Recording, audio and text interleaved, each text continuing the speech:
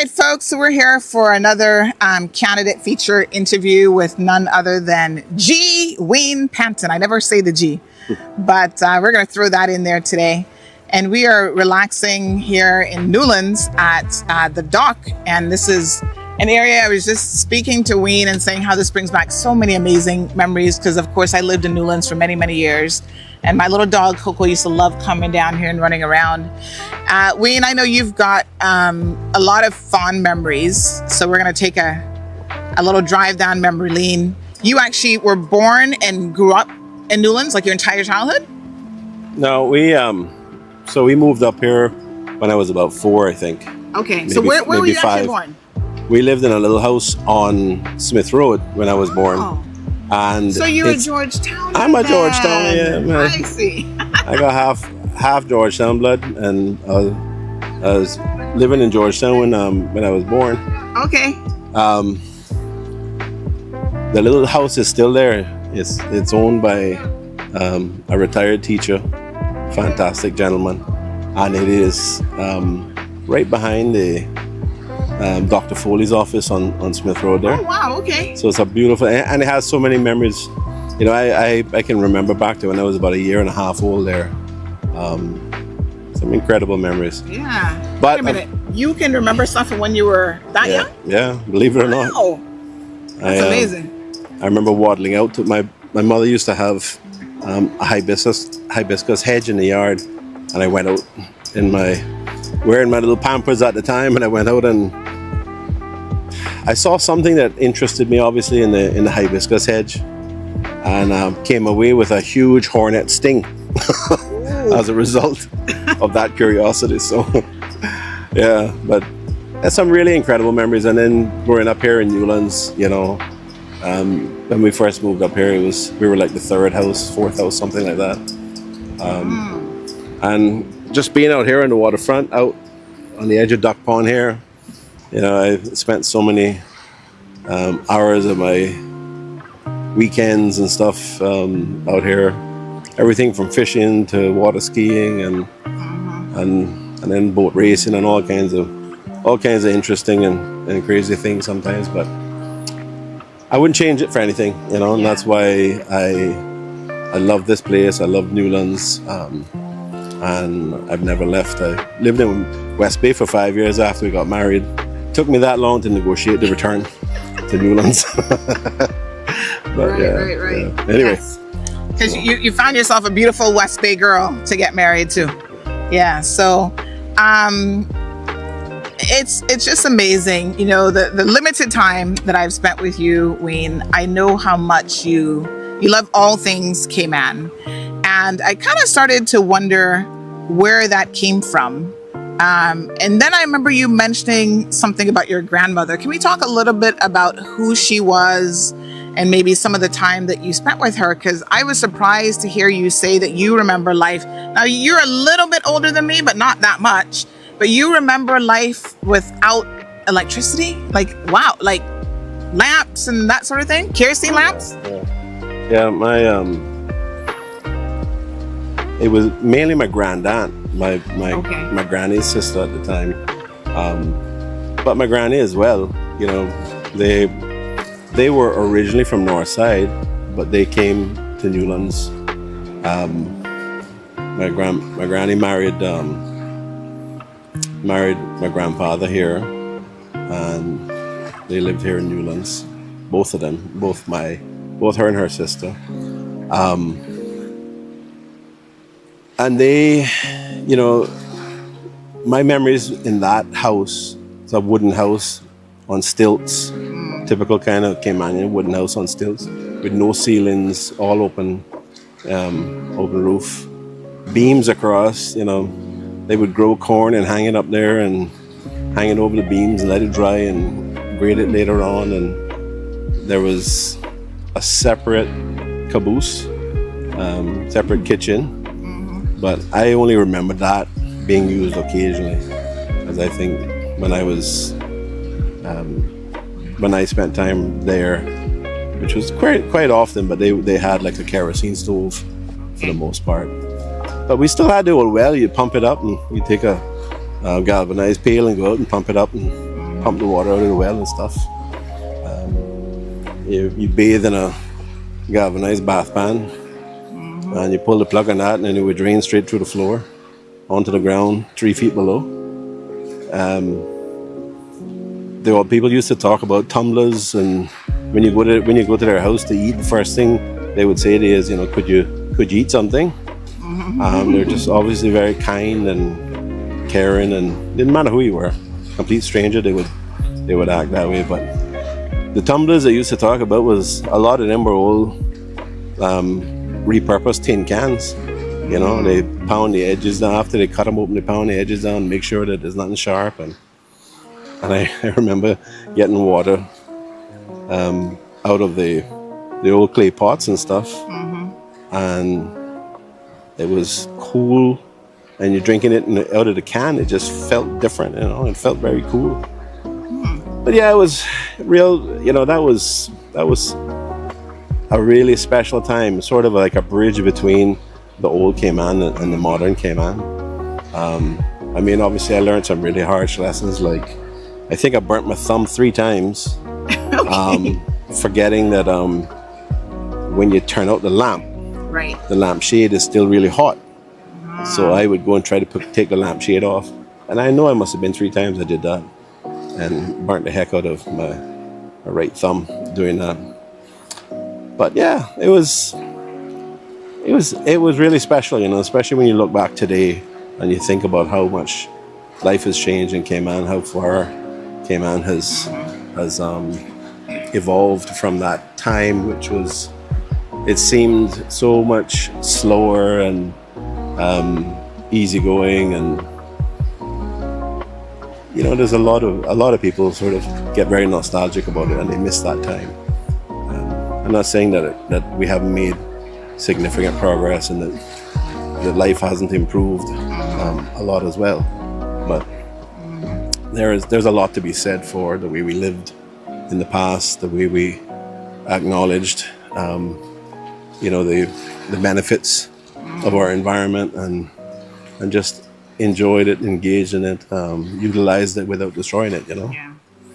But yeah, so I don't know if you share any of those memories, but Yeah, I don't quite have those, I'll be honest with you, because I guess I'm born in the 70s, but really remembering a lot of the late to early 80s, and it was, tape club days, and we had advanced a little bit by then as well. So so fascinating and interesting. And I think that's what makes Caymanian so amazing, is that we have shared memories, we have individual memories, and as you say, it's very, very nostalgic when you kind of reflect on those parts of your life, because I remember walking around Georgetown, no shoes, going to Hogstye Bay every single Sunday. We'd walk down Middle Road and then go through Gorin Avenue and cut through there to what's now the waterfront.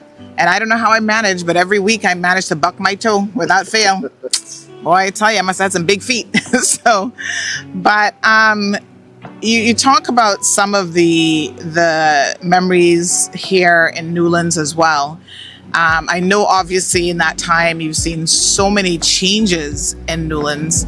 Your family has been here, forever. You talk about, except the 5 years that you were in West Bay. What are some of the more positive changes that you've seen happen in the Newlands community that you're really happy about? Yeah, I think, significantly it has been about the way the community of Newlands has developed. It has, when I was growing up, like I said, there was hardly anybody that lived in North Sound Estates. And, you would get a new house like once every maybe 3 or 4 or 5 years or something like that. So we had kind of the same neighbors for a long time. And, we spent a lot of time. One of the great things was, everybody having to go to Cayman Islands High School. So you got to make friends from every corner of the island. And sometimes we had some kids from the BRAC that came over to the high school as well. So, I have some lifelong friends from that. But I think the way the community has developed into some really nice residential areas, and people have just come together as a beautiful community. You know, they made their homes here, and they're raising their children here, and we're all trying to work together and look out for each other and help to continue to make it a safe place, a beautiful place, a quiet place. We're really a significant sort of bedroom community. You know, we don't have the closest thing to anything commercial down in here is probably ICCI, and that's fairly quiet during the day. The other thing is, of course, the Coast Guard station that's recently been put in place. But other than that, you know, you have to go out to Savannah to find any sort of commercial activity.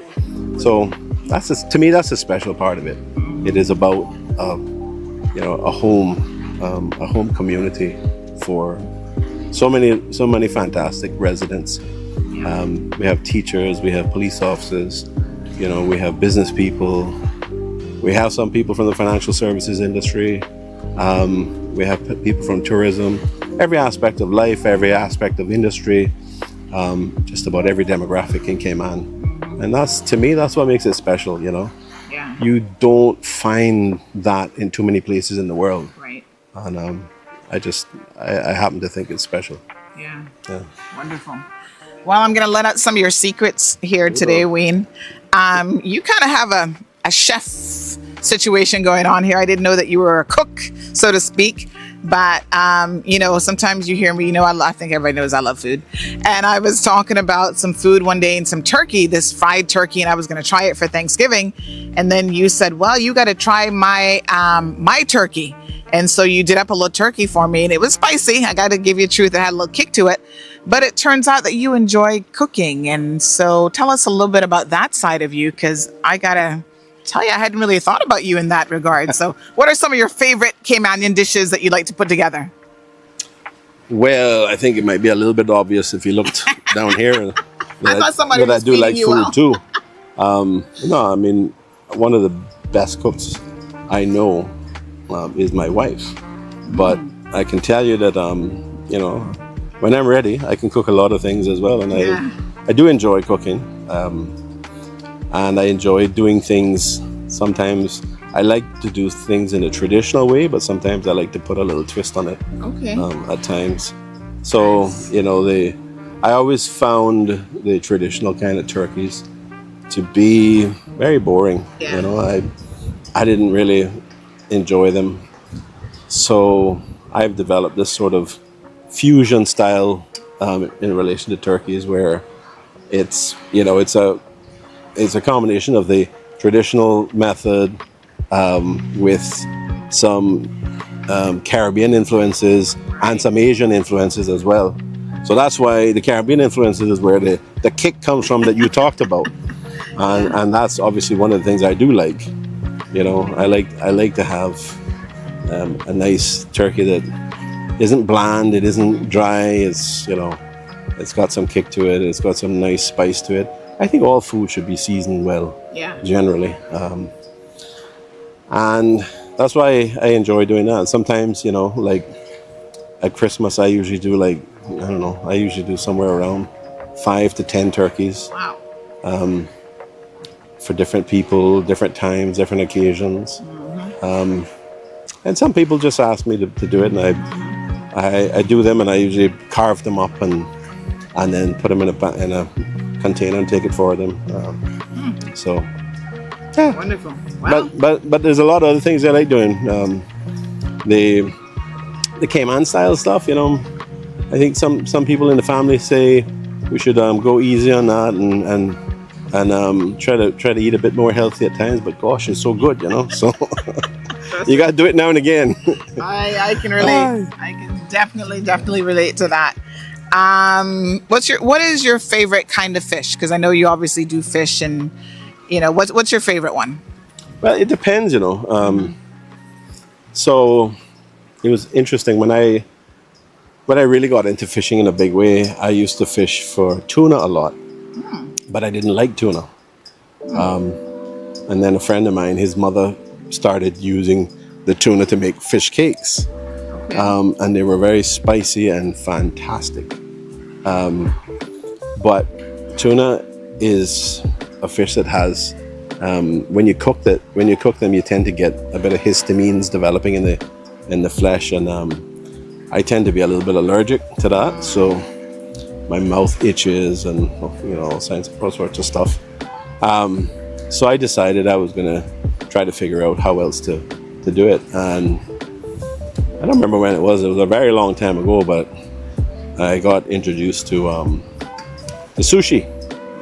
So now I tend to prefer having sashimi or sushi with tuna, and that is, to me, is the cleanest, most. It just feels natural, to eat it that way. So now I absolutely love tuna, but I love it especially when it's either just slightly seared on the outside, or not cooked at all. Just raw sashimi, and the nigiri with the just a piece of tuna with the rice roll and stuff.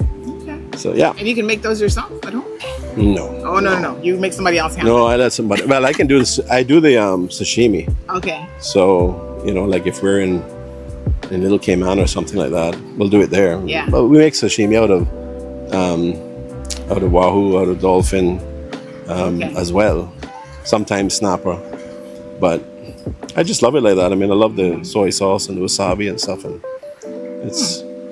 it just feels very natural to eat it that way. And it's obviously generally healthier. Yeah. Yeah. You mentioned Little Cayman. I have been to Little Cayman twice. And they were day trips. I never really stayed. So I want you to tell me, no, 3 times actually. I've been to Little Cayman 3 times. And so, I mean, you can drive around in like an hour. So I'm like, oh man, I got to get out of here. I need internet. I need this. I need that. What do you love? Because I do know you spend a bit of time there when you can.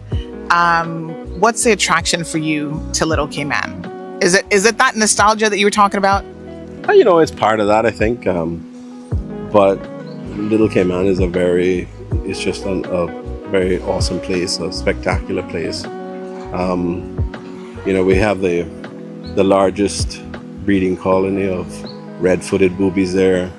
We have a huge colony of the frigate birds, or what we call the man of wars, and some other seabirds that come and visit and stuff. And it's just enjoying nature, and it does take you back to the days when Cayman was just a wonderful place, quiet place, not a lot of, hardly any noise pollution or light pollution at night, and it's just a fantastic place to visit and enjoy.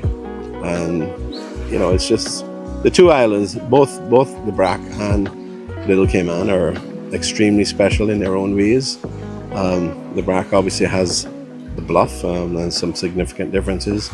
Little Cayman doesn't have any of that, but it has an amazing marine environment, and it's just so quiet and fantastic. So I would suggest you try to go and spend a couple of days there. Yeah. Because you will enjoy that. And usually when I go over, I try to find ways not to come back so soon, but sometimes I'm a little bit successful, sometimes I'm not successful at all, but it's just something special about it. It's just a fantastic place. And we have obviously some wonderful places in Grand Cayman, and Cayman Brac, but Little Cayman sort of encapsulates all the specialness about all of the islands for me. All right, I got it on my bucket list. I'm gonna get to it. I suggest you do it.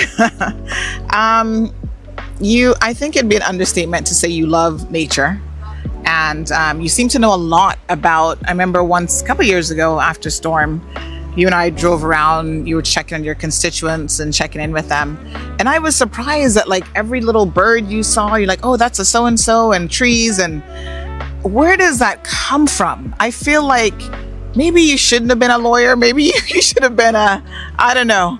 But you just love all things nature, the environment, trees. Where do you think that love of nature comes from?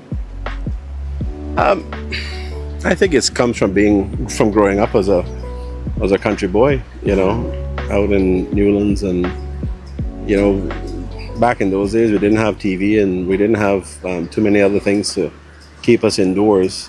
So we found every reason in the world to go outside and spend time. If it wasn't out on the one boat or another, with one friend or another, a group of friends or others fishing, it was with other friends and sometimes my brothers, sort of exploring out in nature. And we used to walk sometimes for miles, a couple miles up in the swamps and the central mangrove areas, and some of the old, when you got closer to the south side, you would get into the grass pieces and the sort of shrubland areas, and it was just wonderful, just exploring out there. And sometimes, occasionally you would come across like old sheds or old huts and stuff where people obviously used them decades earlier for different things, and of course, wasn't nothing in the way of countryside. There wasn't no Fosters out there,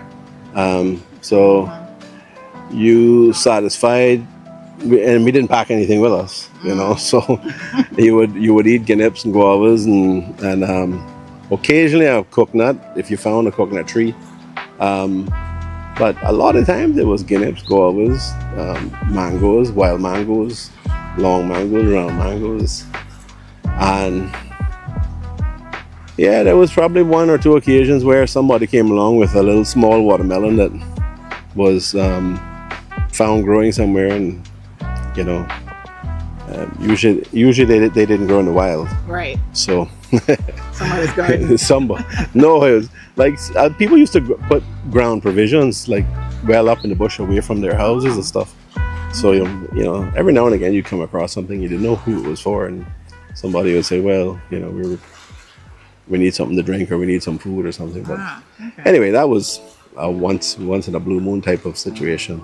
Most of the time you just had coconuts and guavas and ginips and all that kind of stuff, and then you come back home and your parents say, well, what did you do today? And you're like, I stayed home. You didn't want to admit you'd been way up in the bush exploring and stuff. And so you kind of grew up with nature. You grew up with an appreciation for it.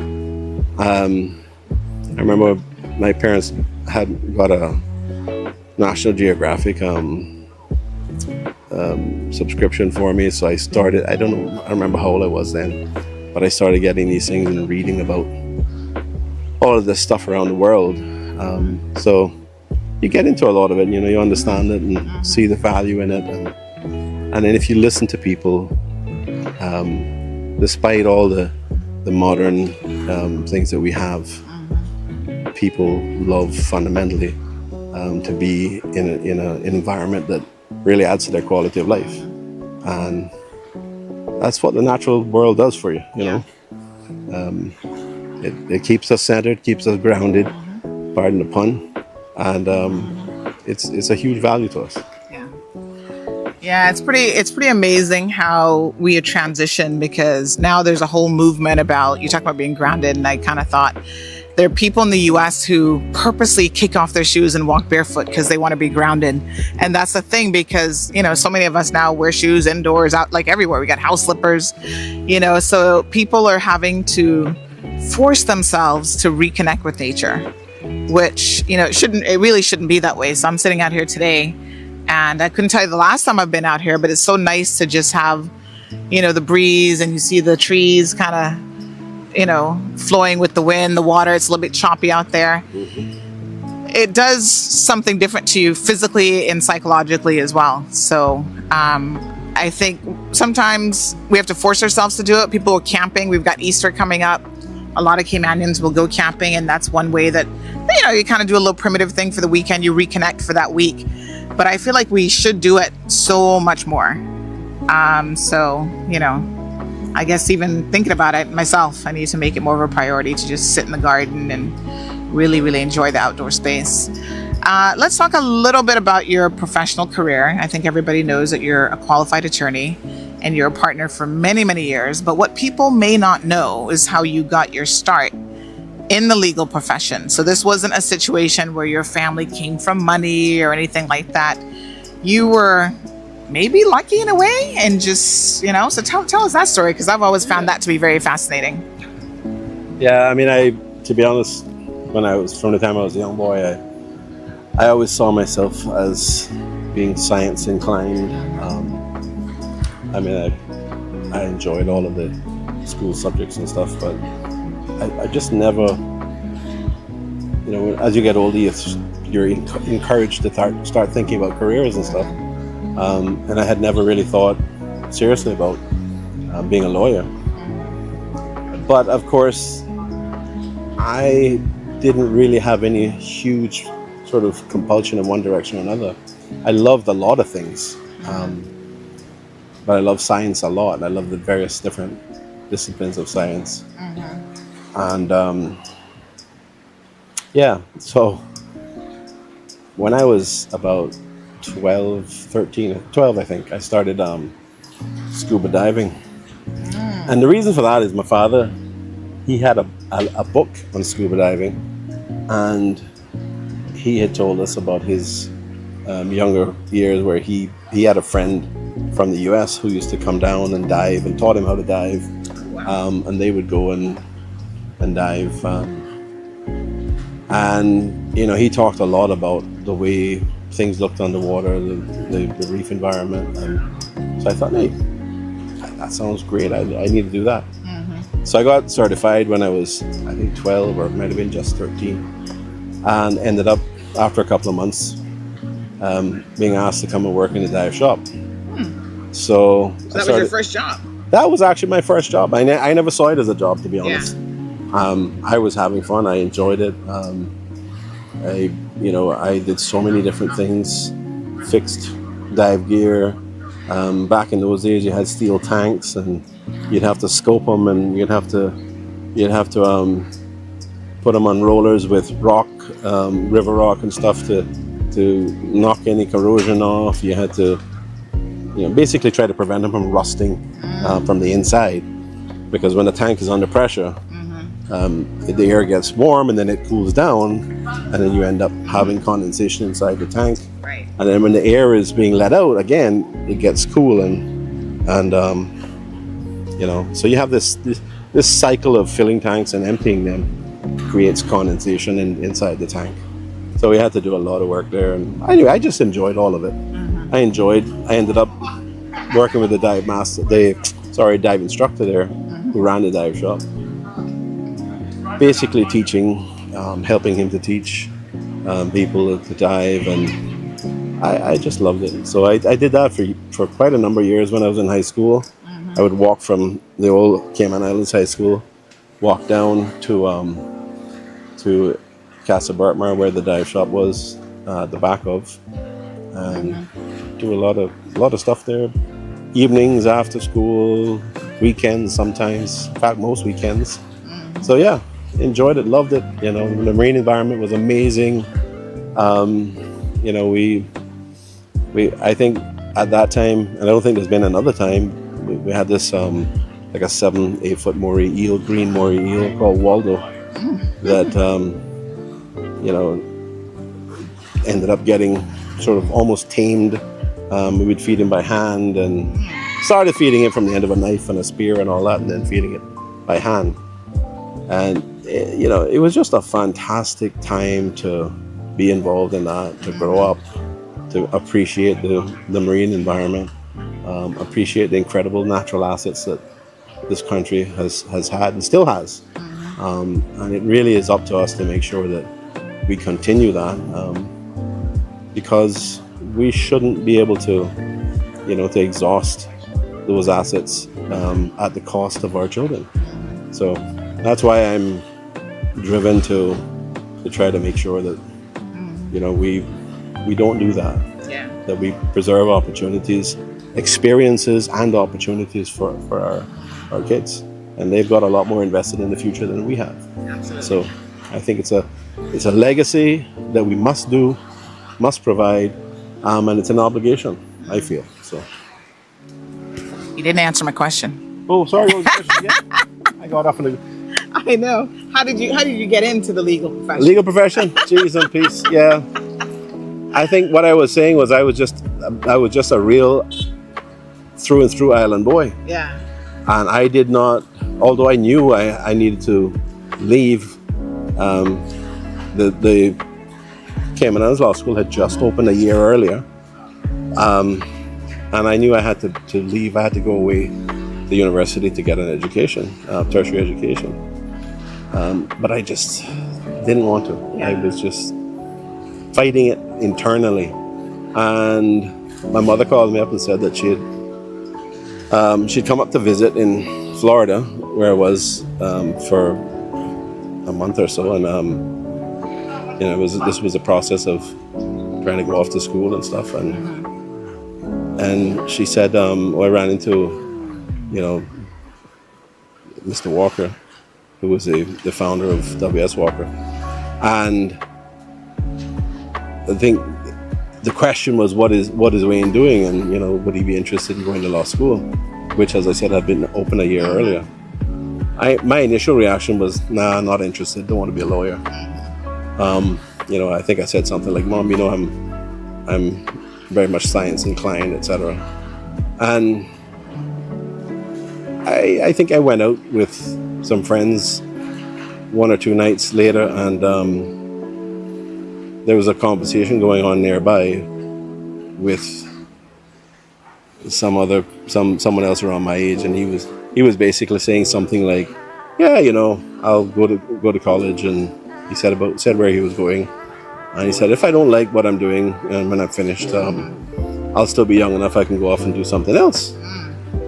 So that sort of clicked into my head at some point over the ensuing hours, and by the end of that week, I had come back home, called up and made an appointment, come back home, spoken to Mr. Walker, and he said, yeah, we are looking for students and the sponsor, and we'd be happy to take you on. So that was how I ended up going to Cayman Islands Law School. I haven't had any regrets since. Grew to love the law and love the people I work with, the organization, and the significance that the financial services industry has become to the Cayman Islands.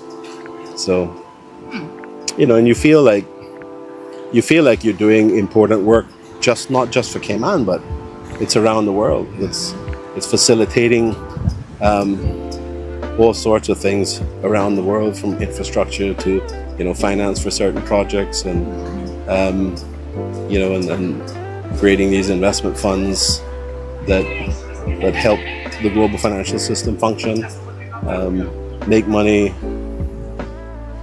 provide purpose, and good results, improve the quality of life for people, all sorts of stuff. So, yeah, I think people in Cayman don't always have a full appreciation for how significant financial services is, Right. For Cayman, as well as in the context of the rest of the world, and the global financial system and the global investment system, and how that translates to real benefits for teachers retiring in California, and people who work for aircraft manufacturers, and train systems that are being built in different places, and water systems that are being built in Africa, and everything else. So, anyway, I hope that answers that question. Everybody knows I'm a stickler when somebody doesn't answer a question. But listen, this has been a great interview. Just a little bit of an insight. We've done, during the last election, we did a longer one with Wayne, but he's very, very busy trying to get to all of his constituents. And so we want to give him the opportunity to continue on that journey. But Wayne, thank you very, very much for taking the time out of your busy schedule to sit down with us a little bit. And I know their audience members will enjoy this. There's so much I find that sometimes we don't always know about each other. So, having these little conversations, I think, is just, quite frankly, a lot of fun. I'm trying not to lose my straw hat here today. But so, yes, we appreciate your time. And, thank you for always being so willing to sit down and being just open and frank and honest with us. Yeah, thank you. Thank you for the opportunity to be here. It is, special to just be able to sit out here on the waterfront and enjoy the environment and have a chat about things and maybe reminisce and sometimes and be a little bit nostalgic, I guess. But yeah, it's a wonderful time for Cayman. I think there's lots of opportunity, but I think we have significant challenges that we need to address today. We need to get the views of our people as to what they want for our country, because we have been doing a lot of things without planning. We've been growing without properly planning and managing the outcomes. And to be frank, we don't have a margin for error anymore. We have to do things by design now and get the outcomes that the people of this country want, not just what special interests want, or not just something that's the luck of the draw or the roll of the dice. We need to manage, we need to plan, and we need to have results that suit our needs, our purposes, and our aspirations for our children and our future. So thank you. I appreciate being here. Always happy to have a discussion about anything. And as you know, with me, hardly anything is off limits. Yeah, Anyway, all right, take care. I appreciate it very much.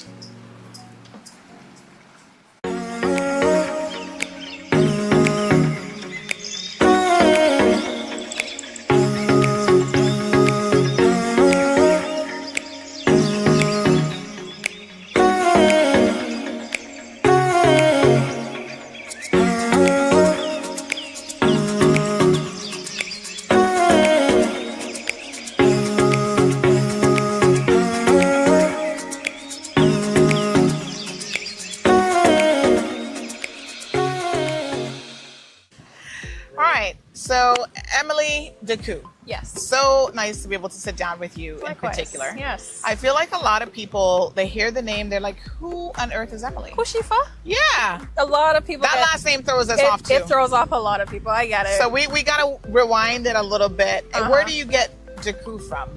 My It's dad, French? obviously, French, Cajun French. Okay. So he's from Louisiana. His family are Louisianan. Yeah.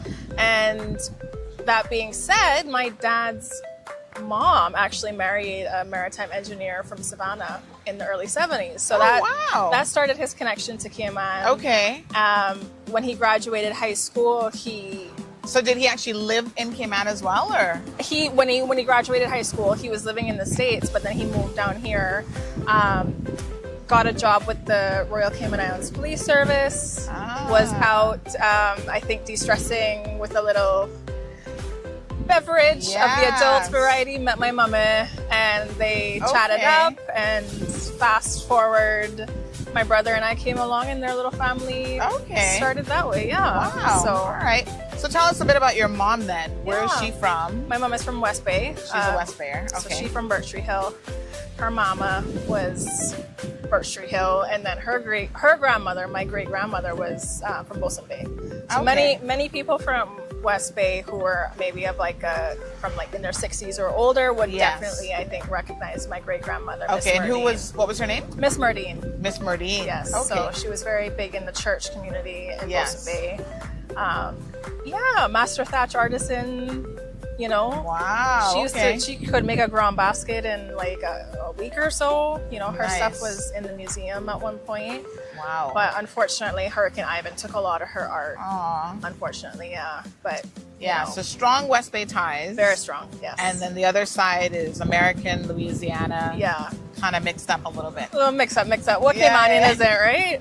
But it gives me a very unique perspective, I think, as like the child of an immigrant and then the child of a multi-generational Caymanian. But I've born here, raised here, lived here my entire life, educated here. And I visit Louisiana every now and again, but there's really no place like home. Yeah, absolutely. So yeah. So you talk about you and your brother. How old is he younger than you? My brother is 15 months older than I am. Okay, so you're the baby in the family. I am the youngest. I am the youngest, yes. Yeah. Yeah. So what was that like? You're fairly young, 30s? Yes. Okay. I will leave it at that. All right. It's SPF, people. Okay, it's just good SPF.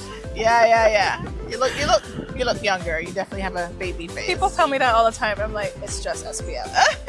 You take care of your skin. There you go. So you would have been growing up in the 90s. Yeah. I always have to think about I know. what generation you're in. Yeah. What was it like then for you in Cayman? Did you guys live in West Bay? Yes, we did. Yes. Yeah. So for the first 7 or 8 years of my life, I was raised in Mount Pleasant. My grandmother and my West Bay family lived very close by. And I mean, I have such fond memories of my childhood, right? Going to school at Triple C. There was a West Bay Road. And seeing the beach on the drive to work every day, you know, it really stands out in my mind's eye that seeing the ocean. And even though you're sitting in traffic, like you have an hour to look at the sea. And you know, my brother is 15 months older than I am, but people always thought we were twins growing up. Oh, right. We're very close in age. We look a lot alike, have some of the same mannerisms. My brother has also got autism, so we have a little like sibling language that we speak. And so I would not speak for him, but he's not the most social person. So admittedly, you know, people just thought we were twins because we were so connected in that way, and people thought I was older. I see. But, you know, no hard feelings. Of course, my brother is one of my heroes. He's so amazing, and he's exceeded any expectations that we had of you know, the life he would live. Yeah. And we're so proud of him. So, Absolutely. Yeah, absolutely. Yeah, no, that's amazing. Yeah. So people see you, and a lot of times they say she's shy. She looks shy. Yeah. You get that a lot? I don't. I do find that like my strength is on more one-on-ones. You know, admittedly, I wouldn't go so far as to say public speaking is a strength of mine, but I was actually just having this conversation today with somebody, and I was saying, you know, I've done a lot of public speaking for work, but it's never taken away from my ability to be effective. You know, I've never had someone come up and, you know, any of my colleagues come up and say they respect me any less because my public speaking maybe not my strong suit, because one-on-one, like, you know, people will say what they will say. I won't toot my own horn or anything, but people will acknowledge, like, you get it done. You get it done. You're articulate. You know what you're talking about, and it often makes people forget. Oh my gosh, she's only ... right? And I look to my parents for that. Yeah, you know, they really instilled in my brother and I, like, do unto others as you would have done unto you. Right is right, wrong is wrong, right? So my dad, being a police officer, very much instilled right from wrong. Excuse me, right? And actions have consequences. So I take that sort of justice-driven approach professionally. Like, these are the issues. Like, we have to take a non-negotiable, no-nonsense approach to solving these issues. Right. However that looks, whether I'm working with sustainable nonprofits or, you know, I mean, I've volunteered with a lot of different nonprofits, and at the end of the day, it's like their missions are their missions, and we're not coloring outside of the lines, right? And even in the private sector, same thing. You're not coloring outside of the lines. You're not defrauding your clients. You're not doing any of that kind of stuff or disrespecting your colleagues or anything like that, right? So, yeah. And then my mother's an accountant, so governance, second nature, very mathematical minded, and you know, I just grew up in a family of like just very smart people. I'll say that much. Yeah. My parents are both very smart people. Okay. So it just kind of brushed off a little bit, I guess I'll say humbly. All right. You talk about growing up around family and your grandmother or great-grandmother having some influences in your life. Let's talk a little bit about how those influences have shaped you. Yeah, I'd love to. Into who you are. Yeah. So after school, pretty much every day, I would go over to my grandmother's house. She would sometimes pick us up from school until my parents got off work. And I remember my grandmother would talk about her upbringing and her childhood. And, you know, if you came home with even just a tint of red, let me go pick some aloe, right? Send you home with some aloe for your mama or something. And the bush medicine was her thing. Like, you know, you sure you don't want some Cerasee? I am sure. I am sure I don't want no Cerasee tea. I am good. Go home and be like, Mama, I need some NyQuil or something. But, you know, bless my grandmother's heart, right? But it just wasn't happening. Cerasee wasn't happening. But definitely the resourceful nature of the Caymanian culture, right? Where you knew your neighbors, you took care of them, you checked in on them. Everything was reused pretty much, like very little waste. And one story stands out in particular that my grandmother told me. She said, you know, back in those days, we didn't throw much away. We didn't have a landfill. So everything was reused. We didn't take what we couldn't reuse pretty much.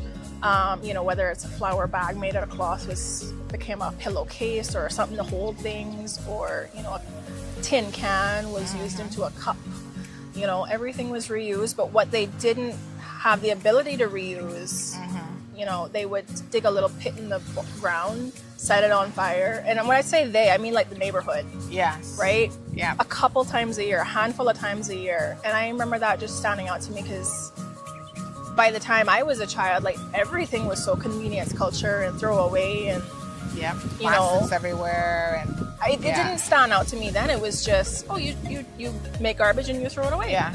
But as I got older and I started working with different nonprofits, seeing the issue of pollution, and not just from an environmental perspective, but the health perspective, right? Like, you eat fish that eats plastic, you eat the plastic and all that, and just the heat that it's contributing to in our climate, you know. So in my own ways, I do my best to be sustainable in that regard, right? I'm actually a zero waste advisor, resource efficiency advisor, and try to live as zero waste of life as possible. But it's very hard in Cayman, right? There's a lot of progress that needs to be made in that regard, and that's something I'm very passionate about.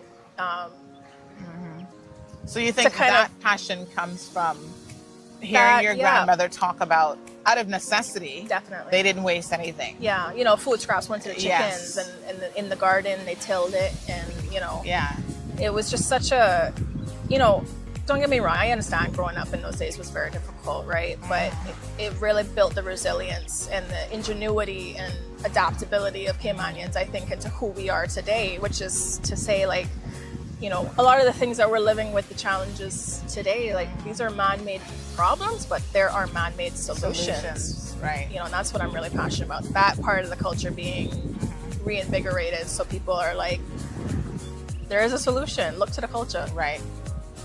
Did Granny pass down any traditional, like, things like cooking? Do you know how to make a basket? I have a picture of my great grandmother teaching me to plait, but admittedly, her mind started to fade in her elder years.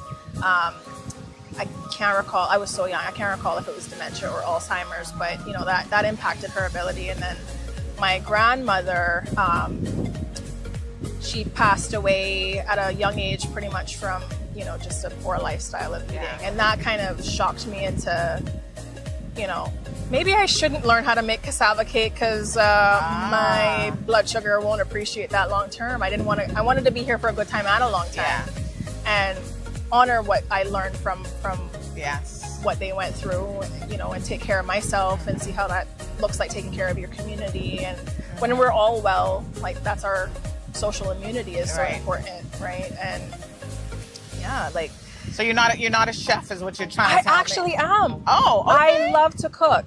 Okay. But it's all plant-based stuff for the most part. Okay. That being said, right, like, I do know how to make a good steak.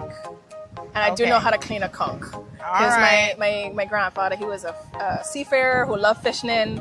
And one day I got this bright idea. I was going to enter the Bon Vivant cooking competition at like 19 or something. And I just was like, I'm going to use only local ingredients. What about conch? And I didn't think too far ahead because I never made conch before. But I was like ambitious and, you know, I'm going to put a spin on it. I'm going to jerk this conch. Oh my God. And he was like, all right, well, I guess I got to teach you how to clean a conch. And I'm like, oh, okay, sure, let's go. He takes this big conch, and by the time he's done, he gives me this little handful of meat. And I'm like, we're going to need like 3 more to serve these judges. Yeah. You realize how much work went into getting the meat out. It took off so much of my time from the competition because you had to prep everything there. You couldn't come with pre-prepared clean conch.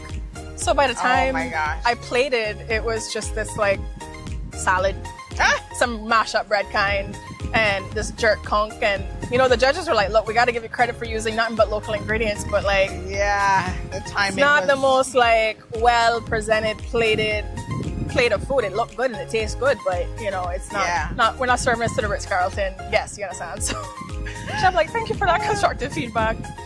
Yeah, you know, you're willing to try though. Absolutely, I love to cook. Actually, I do love to cook, and I'm half Bayer, half Cajun.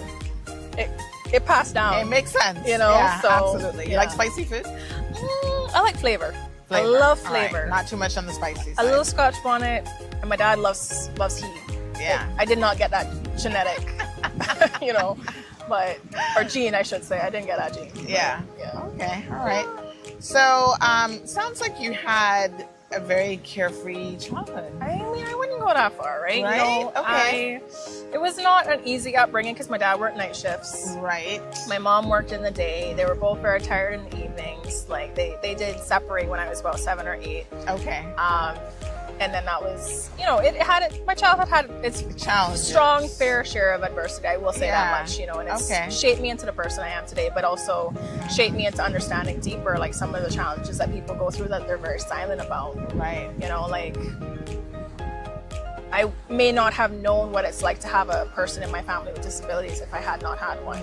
And then working with nonprofits who do prioritize that. Like you see, this is not just an isolated family. Like this is a systemic shortcoming that we need to address. And it's to our betterment as a society to be more inclusive, you know, and to shine lights on things that happen in families that don't get talked about. I mean, I like Auntie Sandy, but I'm not gonna get into, you know, some of the more personal stuff of my childhood. Absolutely. But you know, I have experienced a lot of some adversity there. I you know, and even as an adult, like it did carry in. And you and I were both at the Alex Panton Foundation symposium a couple months ago now. Yes. Yeah. And you know, seeing how so many people are committed to the countering of the adverse childhood experiences, which can carry into adulthood. You know, it was a very bittersweet event for me, right? Because you were like, I don't know how many people could relate, but I just was like, where was this when I was growing up? Where were these resources? But I'm so grateful that our young people, I'm so grateful for it, you know, because you don't have to fight alone, you know. And that parents have the tools. They can attend the you know, annual symposium for free. And they have these resources to know more of what their kids might be going through. And what to look out for as well. Exactly, yeah. And that it's no shame. Yeah, absolutely. I think there's more shame in not doing something. Exactly. When you know better and you don't do better, right? But there's no shame on the person going through what they're going through. Yeah. And there are resources out there for you. And that's you know, if I can even inspire one person to speak their truth, so to speak, of like, you know, oh, look at her, she's doing X, Y, Z. If you only knew what I have worked through to get to this point, you know, that's all I can do, because I've been inspired by so many people who've had similar experiences, whether it's professional or, you know, interpersonal. Like, you would never know unless they told you, and they're just so inspiring, right? So everybody's got a story. Totally.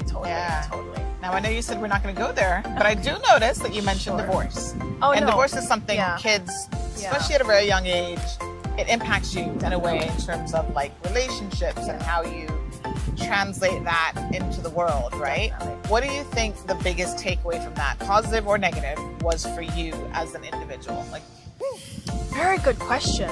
I would say it's time for an emotional support tangerine, if you would like one.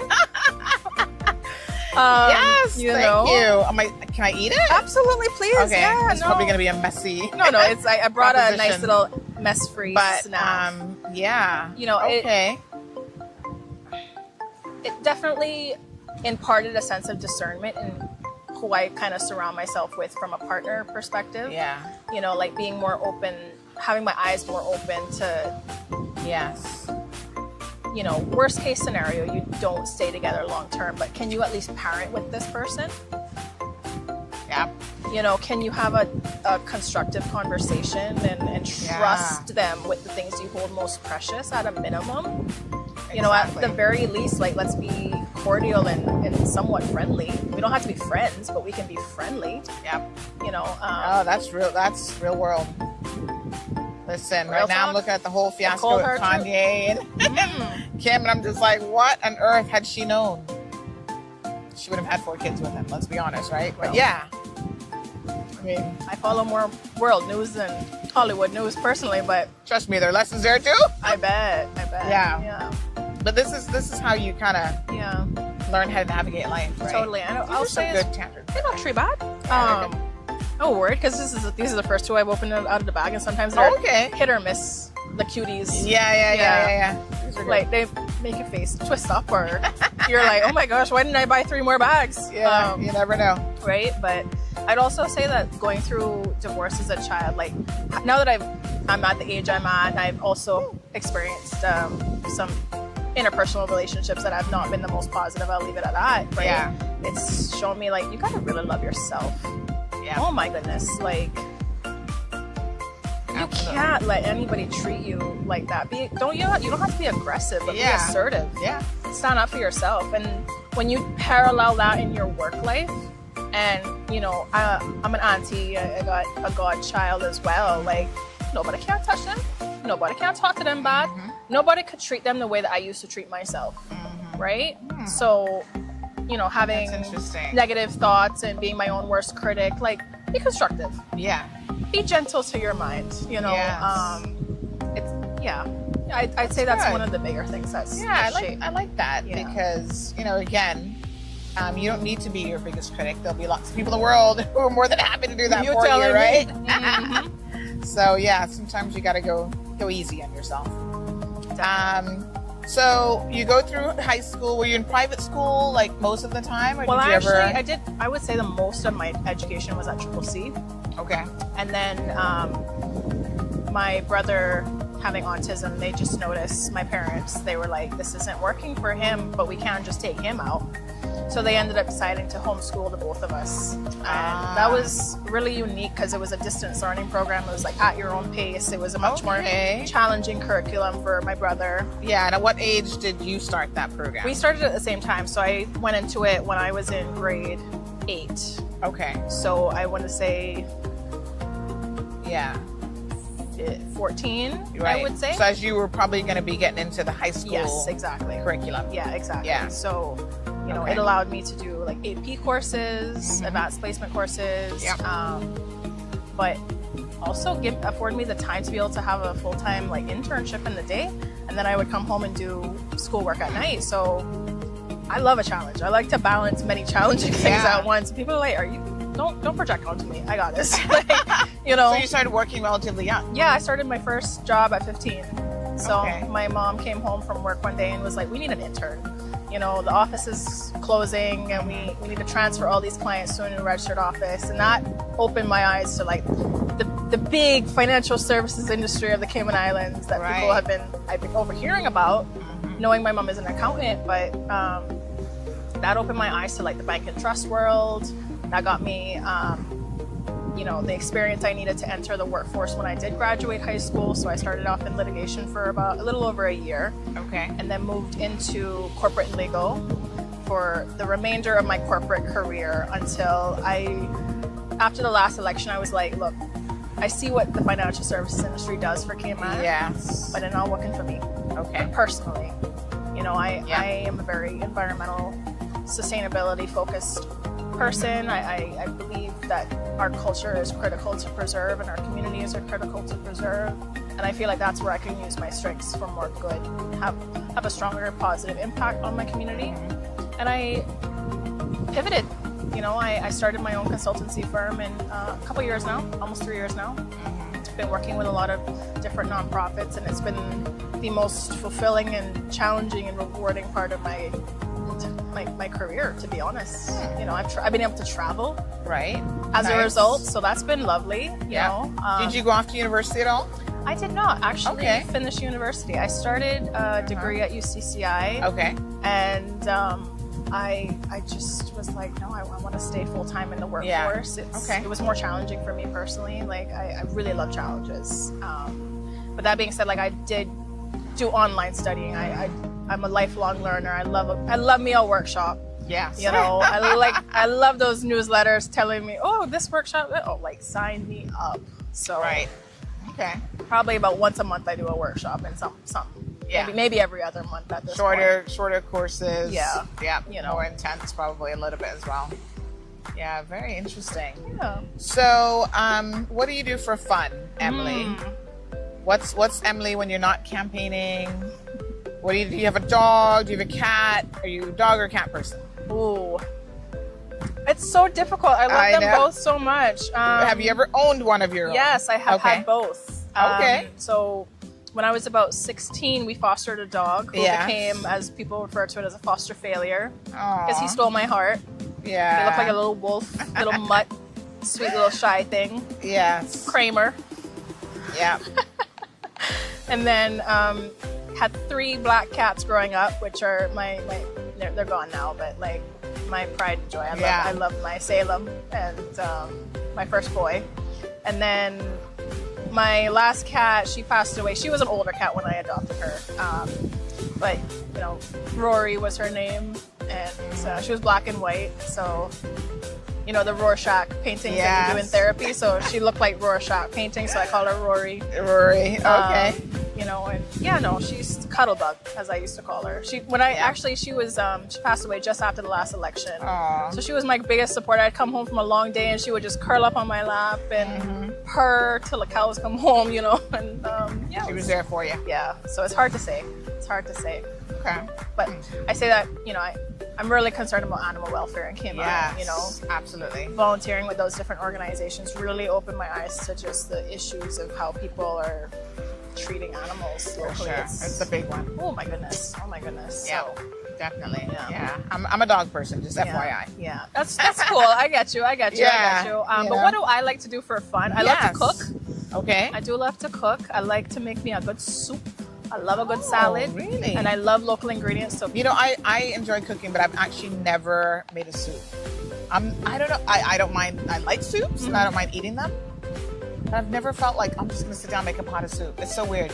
Never like a red bean soup or nothing? Nope. Interesting. Yeah. But I love salads. I'll make a salad every day if I could. Oh my gosh. Okay. But yeah. I'll give you my favorite recipe. Okay. When we're done. All right. But yeah, like I love to cook. It's just I pour my love and heart into it. And I think it comes through. People love my cooking. I'll say that much. Yeah. I'll say that much. And I love to use just local ingredients if I can. So. Right. You know, I got a fever grass lady at the farmer's market. Okay, nice. I like to eat the rainbow, right? It's so healthy for you. And absolutely. I always have, and I love to free dive as well. Like I love being in the ocean and in the sea. Like I very rarely get sick, and I'm chalking it up to how much seawater I suck up just from free diving. You know, I don't mean to, but it happens. Yeah, right. You know, okay. And how often do you get to kind of just chill out and do that fun stuff? Nowadays, you know, maybe twice a month. Okay. But pre-campaigning, it was like if I could get out in water twice a day, I would. Wow. Because we just are so blessed. I love the sea. Yeah, I love it, and I don't really vibe with scuba diving too much. So free diving was really opened my eyes, and I've got a good group of people I go out free diving with, and we see so much under the water. We've seen how the health of the ocean has, you know, dwindled in the last couple of years, and you know, it compels us. It moves us to do the work that we do with nonprofits and try to bring awareness to why it is that we should protect these ecosystems. You know, they protect us, right? And all they ask for in return is that we protect them. So, you know, it's really what it's about. Absolutely, for sure. All right, so I see you cooking, free diving. You've got a small network of friends. Do you do movie nights with your friends? You invite them over for dinner? I do. I have little gatherings. I'll make a big pot of soup. It's kind of sometimes potluck style, so people will bring a little something, and we'll talk, catch up with each other, like what's going on in your world. Right. And I love to go for a drive. I have a little secret spot where there are fireflies that I go to visit. I won't say where. Yeah, but it's out that way, and that's something that some of my friends and I really love to do. It's just have a little potluck, because you know they're at university, they come home and on their breaks, and it's like I love it. Yeah, you know. So sometimes we'll do a little free dive. We'll go home, eat some soup, go for a drive, and just catch up, listen to some good music, and chill out. All right. your top two, you're talking about your music, right? Oh gosh. Oh gosh. If I come to your place, I'm like, all right, let me see what you've been playing. Well, we don't have CD players anymore or anything like that, but what is Emily playing on the radio? More likely than not, classic rock. Classic rock. Yeah. Wow. Okay. Yeah, but I do love me some Bob Marley. Yeah. Not really. Please don't judge me. I'm not super into, like, I guess you could say, like, Caribbean music. Not like I'm against it. I love me a steel pan. I love to listen to steel pan. But I do love classic rock, and I definitely got that from my dad. Growing up, he always had like the Beatles and stuff playing, and really into just classic rock. I love it. Yeah. So. All right. How about your book collection? My book collection. Yeah. What are you reading? I'm not a big reader. Really? I'm not. I love movies though. Okay. I read so much for work. Yeah. That it's just my brain and my eyes are tired at the end of the day. See, this is how we totally misread people. Because I figured, you'd be walking around with your little handbag, and in that handbag, at least 2 books at any given time. No, that's not you. Okay. I love cinematography, though. Yeah. Like, I love a good nature documentary. So if you looked at my Netflix history, I also love true crime. Yeah. So you're a Discovery ID kind of person, or more like just whatever Netflix unsolved has on. kind of stuff, or like things that you just gotcha, like psychological thrillers. I love something that makes me think. Okay. I like things that are funny as well, but that they make you think about why it's funny, not just not a really big fan of like American humor, but I love cinematography, and I'm really loving what's coming out of local creatives in terms of art and films people are doing about like taking vintage footage and putting it into modern day contemporary style. Yeah. There's a really great series at the airport, The Then and Now. Have you seen behind the check-in counters? Those are phenomenal, right? Yeah. Like, it just reminds you, like, there's no place like home. Yeah. And connects you with that sort of nostalgic, sentimental feeling, right? In the midst of all the challenges of being a big adult, just thinking back to this is a constant. Life will never not be challenging, but it can be a lot less challenging if we just connect, build community, and use our strengths and our resources kind of in a mutual aid way, like just help each other out. Yeah. However that looks, So you've got an election coming up here shortly. You're on the heels of it. How did you get interested in politics? It's a very good question. In 2021, after like 2 elections, I just was looking at how things were moving the direction of Cayman from a development perspective, and I had a lot of faith that the big smart people would continually do the right things, and it just was like, you're going in the other direction. And I just stepped up to say, let me be the change I wish to see, because I also saw that my peers and the future generations weren't being, I felt, and many of my peers felt, just being not adequately represented, right? And things that were really important to us were not important to the people who were making decisions about our lives. I mean, from not even like lofty wants, but basic needs perspective, like being able to find a job when you come back from university, being able to afford housing or property, like there's solutions, right? It's not rocket science. It's just about the right people being in. And when I'm in the private sector, like what the client wants is what the client gets, because they're the shareholder. And that's the governance structure of how a government should operate, right?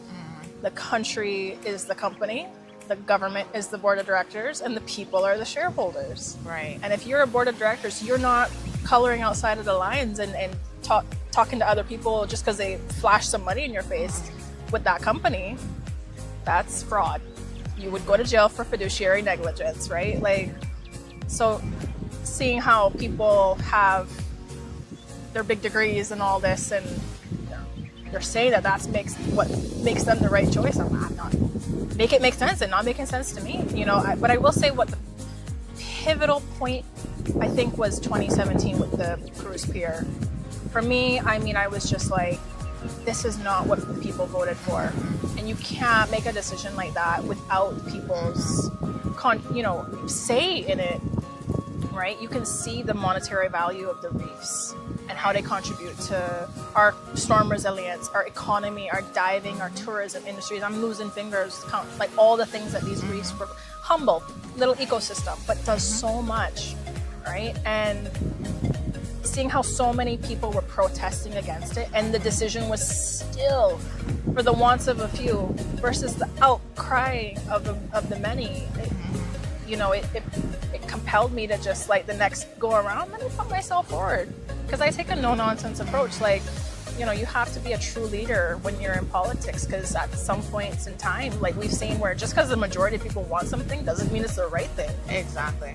We can all think of a few examples that probably come to mind, but that's where the benevolence in democracy needs to come in, because it is a flawed system. Because if the majority of people want the wrong thing from a moral perspective, just because it's a democracy doesn't mean you should do it. Right. You have to be a true leader. And taking my private sector experience, my passions, like, always grew up very connected to Cayman, had a little garden, loved to spend time with my grandmother and that family, and seeing how much beauty we have around us that's at stake if we don't have the right people just saying, as cliche as it might sound now, enough is enough, right?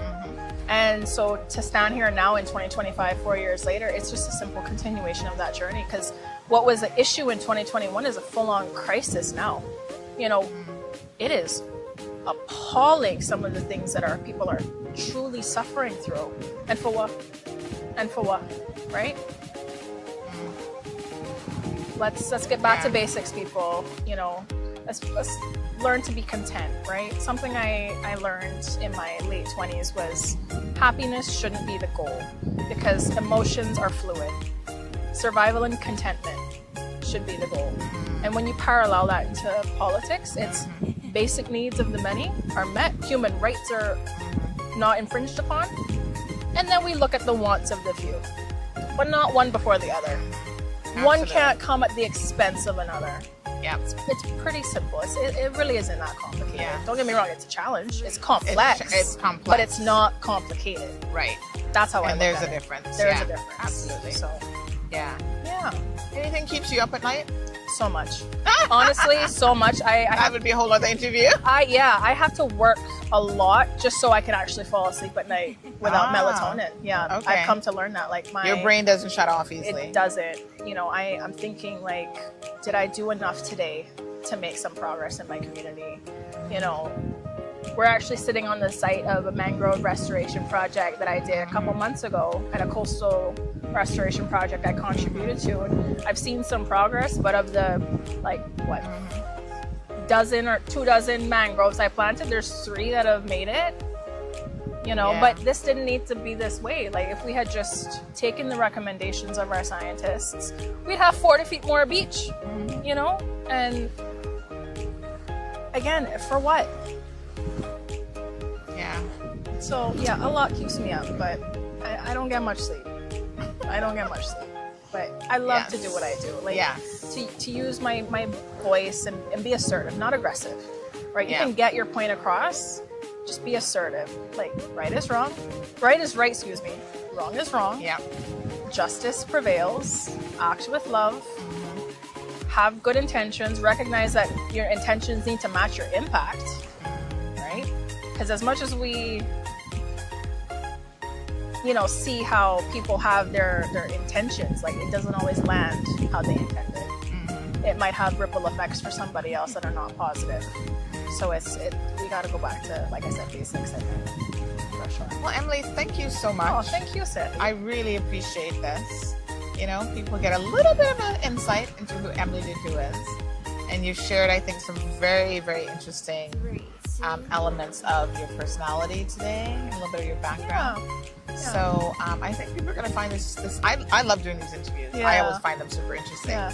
But I think your audience will also really enjoy getting to know you a little bit more. And hopefully you won't be a stranger, and No. we'll see you more on the CMR platform. Yes. Whatever happens on April the 30th. But I wish you the best of luck. Thank you so much. In your journey, and Thank you.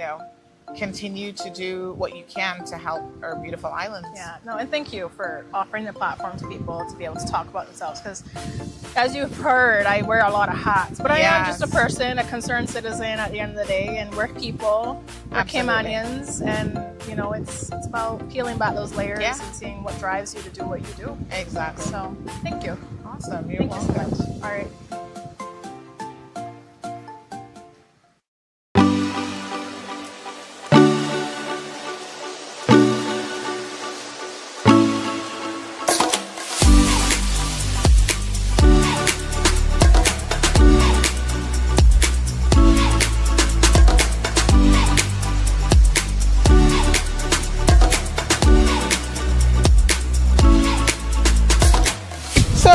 We're absolutely delighted to be sitting here with Mr. Phillip Ebanks, candidate for Red Bay. And we're going to get to learn a little bit about him. I know a lot of voters in the Red Bay area might not know a lot about Phillip. He does live literally right here. That's correct. So we can get some details on that for sure. He's been in the constituency and for many, many years now. So we'll get to know him a bit better. So good afternoon. Phillip, thank you so much for the opportunity to speak with you in our candidate feature. Good afternoon, Sandra. It's likewise all my pleasure to have this opportunity to be interviewed. And I'd like to first of all start off by saying to the good people of Red Bay, good evening, good people of Cayman, good evening, and thanks so much for all the kind words on this candidacy. And I really appreciate that and look forward to the opportunity to serve. Yes, well, we're delighted to be here, and thank you so much for the opportunity. Now, I do want to just kind of chat with you a little bit about who is Phillip Ebanks. I mean, I think some of us know you from different walks of life, Yeah. I know Phillip the lawyer. Some people are like, no, he used to police. And then some people are like, are you sure you're talking about the same person? Yeah. So we're going to get into all of that so that people can know your professional history and background. But let's dial it back all the way to Phillip the little boy. Yes. Yes. Absolutely. So which Absolutely. district do you originally hail from? Yeah, originally from West Bay, born Okay. in 1961, so that's now 61 years ago. Yes. 1963, sorry, so 61 years ago in the district of West Bay. I grew up there, and actually I started my work life at about 13. I was in the tourism industry in the very early days as a busboy. Worked with the likes of Miss Badley Douglas and Clorette Anglin, two really well-known tourism pioneers. They were the waitresses and I was the head busboy. And after school, I came out of school at... But wait a minute, you've gone too far for us. Okay. We want to dial it back. Even before then, even before 13. So you grew up in West Bay. What part of West Bay are you from? Well, West Bay, I grew up partially in the district of Boatswain Bay. Okay, And the area of then Boatswain Bay. Okay. Also, a lot of part of my sort of teenage years I spent in the district of Barkers, or Bacchus as we call it. So sort of West Bay is my stomping ground, and I have these sort of different areas. Yeah. And part of it was because growing up, we had, we lived with my grandparents for a while, and then my father, after he went to sea, he built the house in Barkers, or Bacchus as we call it. And so the latter part of my sort of teenage years You were in Barkers area. That's correct, yes. Okay, so let's talk about your family dynamics if we can a little bit. Of course, I know your mom, a lovely lady. Her and I have sat down at many a Domino's table over the years. Yes. So you mentioned your father was a seaman. So I'm assuming then that your mom would have been staying at home with the kids while your dad was off at sea. Yes, mom and dad, if you think about it. And she worked in the tourism industry as well. So my early days were heavily influenced by seeing people in the tourism department and really in service. Yes. And I think that's shaped me in kind of who I've become in terms of being service oriented. I spent time in police department, and clearly there's service involved there. Yes. And then in more recent times, again, as an attorney at law, again, service has been central to who I am, Right. and what I've what I've become, so to speak. Yeah. Now, how many children did your mom have? How many kids were in the family? And were you the youngest, the middle child? Where did you fall in the mix? I was the eldest. I'm 6 okay. years older than my sisters, and they're twins. Yes. And probably, in a sense, even better known than I am. Yes. Wendy and Wanda. Wanda is a partner at Maples. And, Yep. and Wendy is also in the senior finance executive in Maples.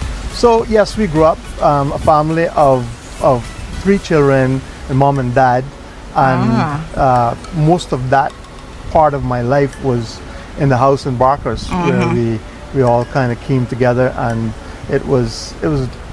I had a good childhood. Yeah. I can't say You more can't about complain, it. yeah. Yes. So as the eldest, and then you have 2 sisters, you must have been extremely protective of them because, there's so much responsibility. I'm the youngest, so I only know this from what people tell me, but there's a lot of responsibility oftentimes that comes with being the eldest child. And you said there's like a 6-year difference.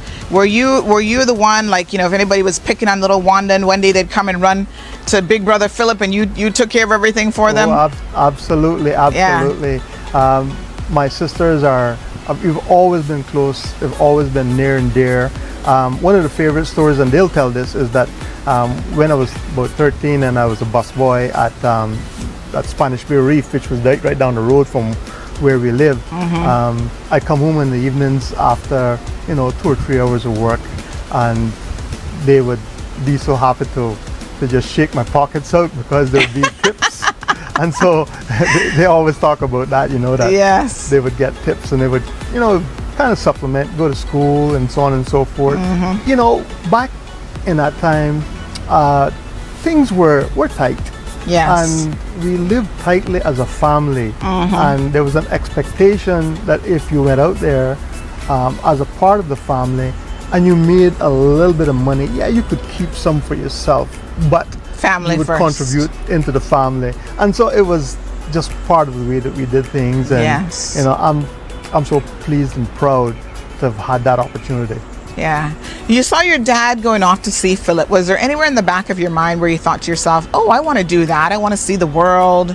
I want to travel. I'm sure he would have come back home telling you, as the only boy in the family, all sorts of amazing adventures and stories. Yeah, absolutely. It's a very interesting story because I remember my father coming back from sea, and obviously I had been, I was born in 1963, and he was away at sea while I was born. So he came back in 64 or thereabouts, and when he came in, interestingly, I was scared of the man. I didn't know who he was. It took me a couple of days, maybe a week or so, to just kind of become acclimated to who he was. And I remember my mom being very stern with me and said, hey, no, listen, that's your dad. You go to him. And it was like, at the time, I was like, why are you going to do that to me? But it was the way that the interaction between adults and children was at the time. And so I went to him, and he figured a way to kind of wind himself into my life. Yes. I remember one of the things that he would do is he would take me and sit me up on his lap, and so I could drive the car. And that was something that I think it endears every 4-year-old to their father. Yes. That kind of relationship. And then about myself and the opportunity to go to sea, up until I was about 14, 15, thereabouts, there was still this kind of what will you do once you come out of school idea. Right. And the thought crossed my mind about whether I would become a seaman. And I remember hearing my father talk about what seamanship and what sea life was about. And there was something about it that was adventurous and enticing. But by the time I reached 16, Cayman was starting to change away from that. And all of a sudden, there was jobs and things available. A finance system and finance area was also starting to rear, just coming out. And of course, tourism was always one of those things that was also on its way up. So it became not a necessity anymore. I think in my high school, there was one person that actually went to sea, and interestingly, Mr. Paul Hurston, who also went on to become the port director, Right. went to sea because his father was a captain on a ship, and there was just something there that actually happened. But he's the only one that I know that was in my year that actually went to sea. Oh, that's so interesting. So you were really on the cusp when you were born and when you came into manhood. You were on the cusp of Cayman's transition. That's right. Yeah. That's right. So interesting. Wow. Yes. You know, I'm younger than you, so it's interesting to hear these stories from the perspective of people who were growing up in that time and actually experienced it. So you had many more opportunities then available to you. Absolutely. You know, opportunities have started to come into their own, and I saw a marked transition from the way, say, that my mom sort of was interested in me from an educational perspective to the way that she was in relation to my sisters. And it was simply because I think, you know, in the back of her mind, she knew that I could read and write and do those things that were necessary, which was all that my father had to do in order to go to sea. Right. But along comes, you know, the opportunity, the finance system, you know, is becoming part of it. And so all of a sudden education became a top priority. And my sisters, I mean, she really tightened down on them. You know, I did fine in school. I was okay. I wouldn't say that I was this brilliant student. I was probably a little bit above average, but not a lot. And part of that was the emphasis that I would be able to, I had sufficient to make my way within what they saw at the time as being the choices for employment. Right. Interesting. All right. So you get to your teenage years. What were some of the things as a young man that you enjoyed doing? Were you into fishing? You know, tell us a little bit about on your fun time when you didn't have the responsibilities. What did you actually enjoy doing? Oh yes, I mean, from the early days, one of the things that I would always remember is that you came around sort of March and April when you started to get a lot of rain, and the sections where I was in, certainly in Boatswain Bay, it was low lying. And one of the things that people find strange today, but as kids we just love to play in the water. I mean, nowadays you would be completely frowned down as being one of those things where you say, oh, well, you're going to pick up a disease. But back in the day, that was a favorite thing that we did as very young children, you know. I'm thinking 5, 6 years old. And then obviously as I got up more, that my mom would kind of let me out of her sight, and I'm talking about 12, 13. I had friends and we loved the beach, we loved to dive, we loved to do spear fishing, and that was the kind of things that we did at that age. I also played football. You mightn't believe it now, but I was pretty good.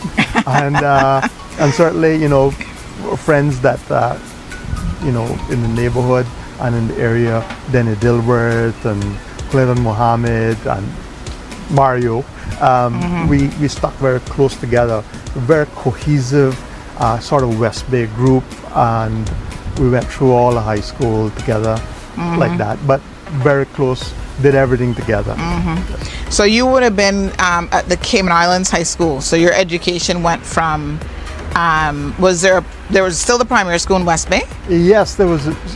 I know this is interesting. My education kind of took a different turn than Mario's did, because we both started out in the John A. Cumber Primary School, and then at some point my dad said, "Hey, listen, that boy is going to Triple C School," and it was simple because at the time, one of those things that was a part of how reading was learned was by word recognition. You know, you'd see CAT and then you see the picture of a cat, Right. and you learn to recognize the word. And I didn't do really well under that system. I did okay with the simpler words, but as they became more, you know, I just couldn't get it. But when I went to Triple C School, they had this new subject, new for Cayman at the time, called phonics, where you sound the letters out. Right. And, you know, it was just like a complete revelation for me, and I took off in the sense of, I wanted to read everything after that, and I became a real reading addict. I love Western books in particular, Louis L'Amour, and the ideas and thoughts about the Wild West were just absolutely, it just kept me enamoring for you. Enamored, yes. And so I became a very avid reader. And I believe that that's probably one of the things that will help with the growth of individuals. If you can get them interested in reading, yes, then the world opens up to them. Yeah. And I think that today, because we don't use books as much, it's mostly online, and it's not the same thing, we've got to keep books available in the classrooms and for the development of children, so that they can become really, it can become really important and integral to who they are. And certainly reading, I think, is the key. Once we capture that, then other things fall into line. Yeah, I mean, it opens, as you rightfully said, so many opportunities, educational opportunities, job opportunities. So it's key to anything, I think, that you do in life. So it's interesting to see how you talk about one method of learning worked for you, whereas the other one, which is the more traditional method, wasn't really giving you, because everybody, sometimes people learn a little bit differently. So that's very, very, very interesting to hear from an educational perspective. Something that I think parents, should definitely keep in mind as well. So you then so you went to Triple C. So then did you do high school at Triple C? Did they go all the way up to? Yeah, what happened is that about 4th or 5th grade, I was actually at an age and at a standard that I was able to transition into high school, the government high school. And, I had a choice. I could have stayed at Triple C school, but I also wanted to press on, and so many of my friends were going to the high school. And of course, private school is great, but it's an expensive venture. And my family had really, they had done a lot to make sure that I had that opportunity to go to private school. And at that juncture, it didn't seem like it was 100% necessary for me to continue in private school. I think that there's a benefit, in some senses, to being able to go to private school, but also having that wider interaction with the people in your district and island-wide. To go on to a public high school, I met so many people that I wouldn't have had the opportunity to meet had I stayed in private school. Yes. And I think that is also one of those things that has added to my ability to interact and collaborate on people. I still remember a lot of my really good Triple C friends, Bill Crichton and Peanut, and Craig Merrin. And of course, I also have so many high school friends, Lee Ramone and those guys, and of course, as I said, Mario and Denny and those guys from West Bay. So we had I've had a really full opportunity to integrate and know different people at different stages, and I think that's really you're the best of both worlds, really. Absolutely. Yeah, fantastic. So what were your strengths in school? You talked about the fact that you enjoyed reading, but did you lean towards anything specifically as you're then getting into that 14, 15 years old where you're starting to think, okay, what am I going to possibly do with my life? Like, what were you thinking? Like, am I into sciences? What did you feel were your strengths at that time? This is always interesting when people ask me these questions, because to be frank with you, I was an average student, very average student. I did 3 or 4 CSC subjects and 3 or 4 GC subjects. So, and I did, some of the stuff that I did was sort of hands-on stuff. I did auto mechanics. I like that. And I did, the usual maths and English and human biology. But I didn't really find anything in particular at that age that was riveting to me in the school system.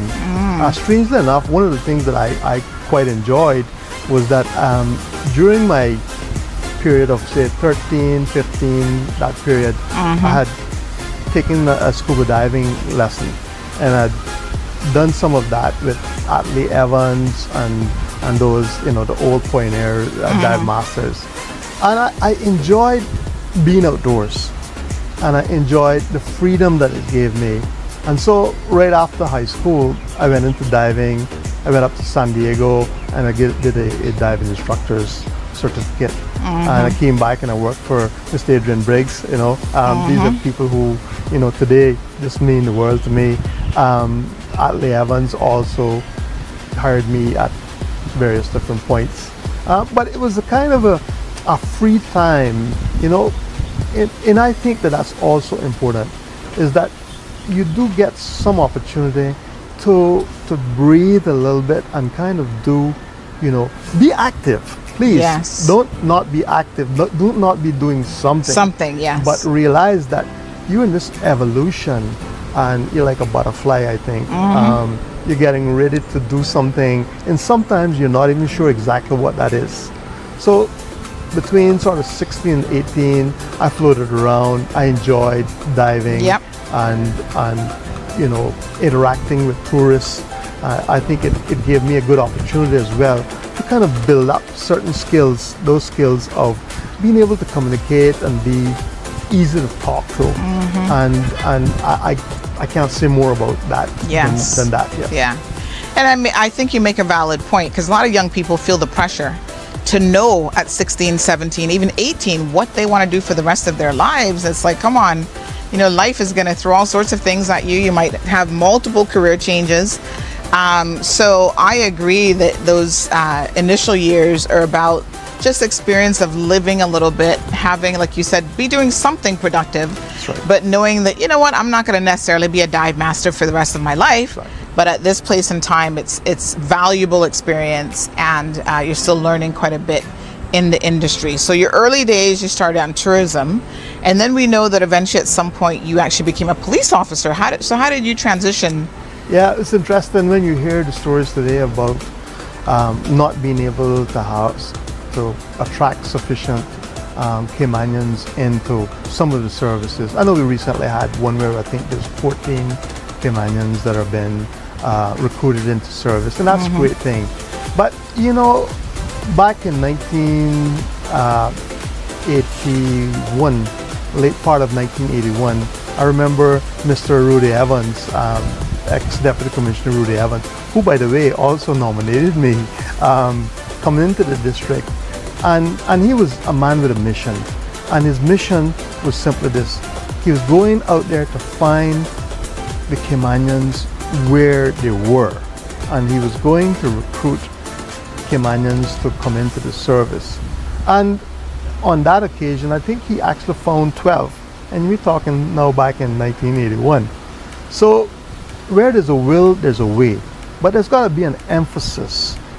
People that joined and came through that recruit training course would have been people like myself, Mr. Charles Clifford, ex-Minister of Government, and various others. And so we started off as being effectively young men out of school in the district, doing something. I think Charles actually started a little bit earlier than me, because they also had a recruit constable program that going in. So I think he started off at about 16 or 17. I came in just at about 18 and joined in 19. I was 18 in 1981, and then in 1982, February of 1982, I joined the service. And of course, it's history is there. I went up the ladder. I worked diligently. Again, the other thing that sometimes people don't quite get is that when you join and you start a career, you don't always start with this commitment that this is going to be the end of, this is going to be it. You begin with this perspective, some simple perspectives, really. One, I need a job.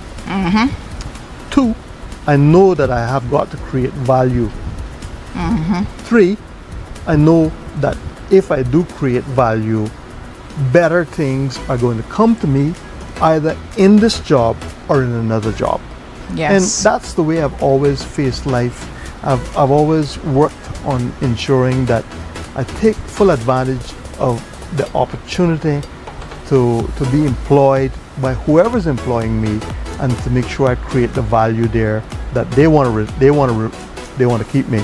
And so that's one of the things that I think I took from working in tourism section, and then I kind of transitioned over into the police department, and I went up the ladder as sergeant, inspector, chief inspector, and then finally a couple of years before I actually resigned to go into the general public service, I was promoted to superintendent.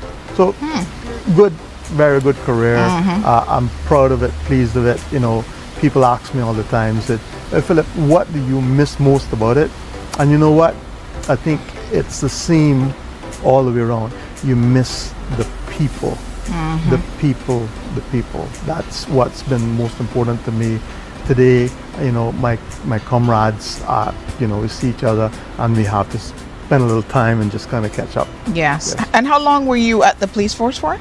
I was there just 17, just under 18 years in total time. Wow. So that was quite a fulfilling career. Yes.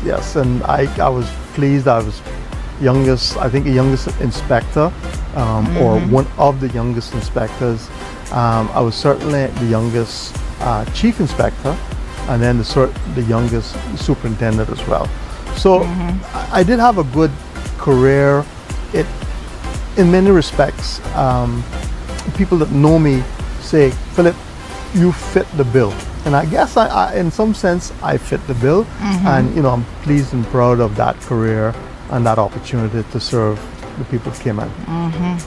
And then you mentioned that after you left there, you went into the general service. So where did you transition to? Yeah, well, in 1997, now Honorable Thomas Jefferson, you know, now deceased, he called on me and he said, Philip, I'd like you to be the first director of licensing. And I thought about it, and he was insistent, you know, because I had already by that time gotten my legal degree, and I had played quite a role and interacted in circles where Mr. Jefferson could see what I was capable of doing, right, and my man management and my ability to get things done through people. And I think that's why he was insistent that I should come over, and I became the first director of licensing. The new law had just been put into effect. Right. And so I took what was effectively a section before that, and I formed it and, you know, put all the infrastructure. And now it is today. Most of the forms that you see there actually today are forms that I formulated back in 1997. You know, minor tweaks and changes, of course. Right, but right. I'm really proud of that period of my public So service. the first director basically of DVDL, what we now call DVDL. That's right. So interesting. Also, so you mentioned, just let me stick a pin because we kind of glossed over this, but you mentioned at that point you had your law degree. So you went to law school while you're working with the police force. That's correct. That was, again, you know, when you take on a job and you do it well, people see the opportunity for you to progress. Okay, and I think that's just as important as you seeing the opportunity for you to progress. Absolutely. You find that then they're receptive to investing into you, and the police service were willing to invest into me in terms of allowing me to have some time off.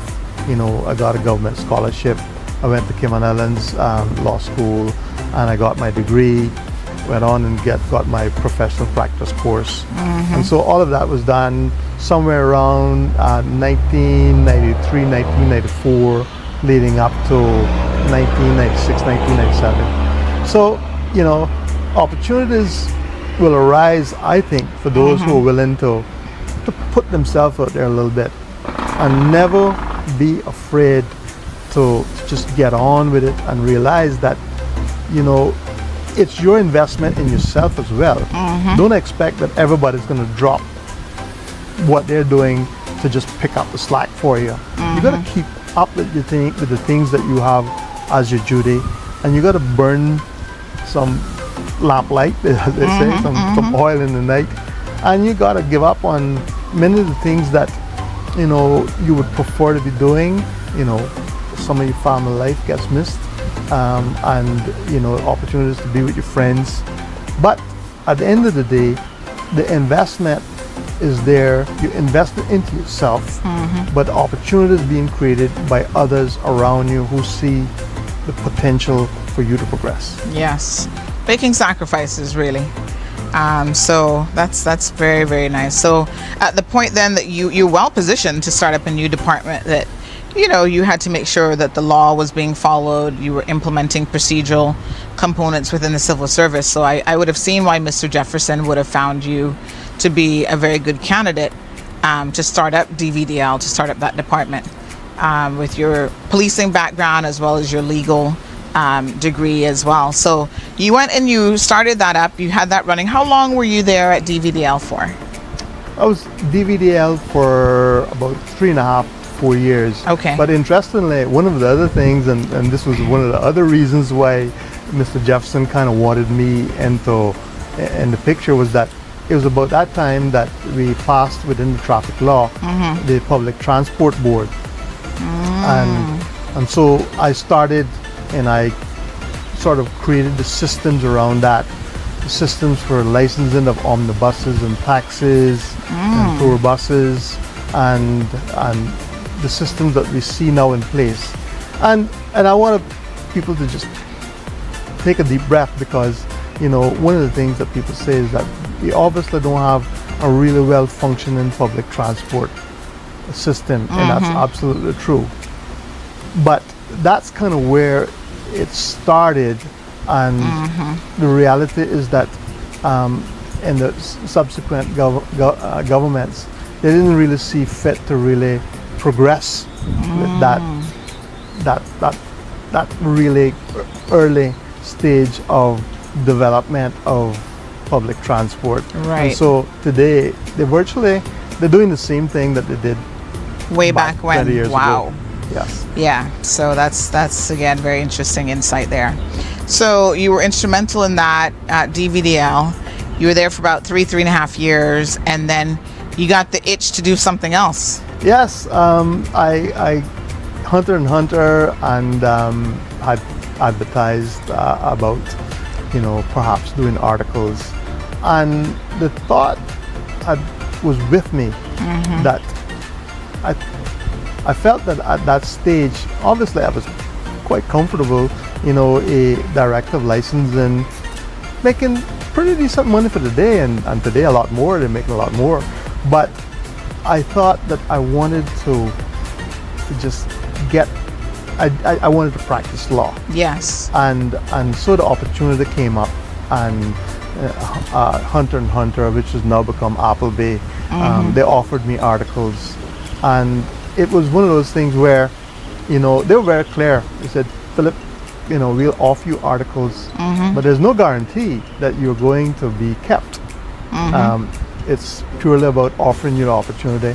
And so when you look at that and you see, on the one hand, hey, you know, I have a substantial, pretty decently paying job on the one hand, and then on the other hand, the opportunity to go and do articles, which is, I'll tell you, articles is really kind of down on the bottom level again, because It's a training contract, it's basically. a big change. You know, your principals are your bosses, and in some cases, when you are already in a professional, you're at a professional level, some of the bosses are younger than you, so it takes a mindset. But I decided that I wanted to do it, and so I went and did my articles with Hunter and Hunter.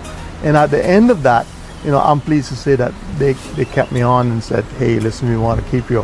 So I think that was a big feather in my bonnet to know not only that I'd completed the articles, but they wanted to keep me, and I stayed on for another 2.5 years after that. And then I've moved on and I've started my own practice. So excellent opportunity. Okay. Thank Appleby, thank Hunter and Hunter for the opportunity. Yes. And which is kind of made the pathway for me to move into my own practice. Right. And now almost 18 years in my own practice. So yes. What sort of what was your area of specialty that you settled into at Hunter and Hunter at the time? Well, that's the beautiful thing about being a part of a large firm. You do get some opportunities in different aspects. I did some funds work. I did some property work. I did a bit of litigation, and so on. It gave you kind of this rounded view about where you might want to practice. And I practiced my final year at Hunter and Hunter Appleby was kind of more in the property and local, what I call local activity, local work, where you do things that are on a local level as opposed to the international stuff, finance, funds and finance and so on and so forth. And I found there too that I always felt better when I'm interacting with people that I know. Whereas with funds, you always kind of, there's somebody on the other end of an email, on nowadays I'm sure it'd be Zoom, but it's just it's not somebody that you're going to interact with on a social level. And I like that part of law, when you actually have a client, you sit down and they talk to you, and you can face them and you can say to them exactly what your thoughts are. You can decide how you're going to deal with their case, and to be real with them about what the possibilities are of success or failure. Whereas funds is kind of not that kind of subject. You get a brief on what the fund should look like, a memorandum, offering memorandum, and you create the fund based on the instructions that you're given. And there's back and forth in terms of finalizing it, but it's not the same thing as when you're doing local litigation type functions and local practice functions here. Yes. Very interesting. So then you go into private practice for yourself and you become an entrepreneur. What were some of the biggest changes, Phillip, for you as an entrepreneur versus being in a law firm where you had support? Of course, you've got secretaries and receptionists and accounting teams, and I'm sure in some respects it's a lot easier. But what would you say was the biggest transition for you going into private practice? On a number of levels, it's completely different when you work for yourself. For one thing, if you don't, they say it in the rough terms, is that you eat what you kill. Yes, you got to produce. So you better be able to convince people that your services are worth them having. And you're building something usually from one client at a time. And at the end of the day, you realize it's the cumulative effort of what you've done over the last 3 or 4 years that makes it happen.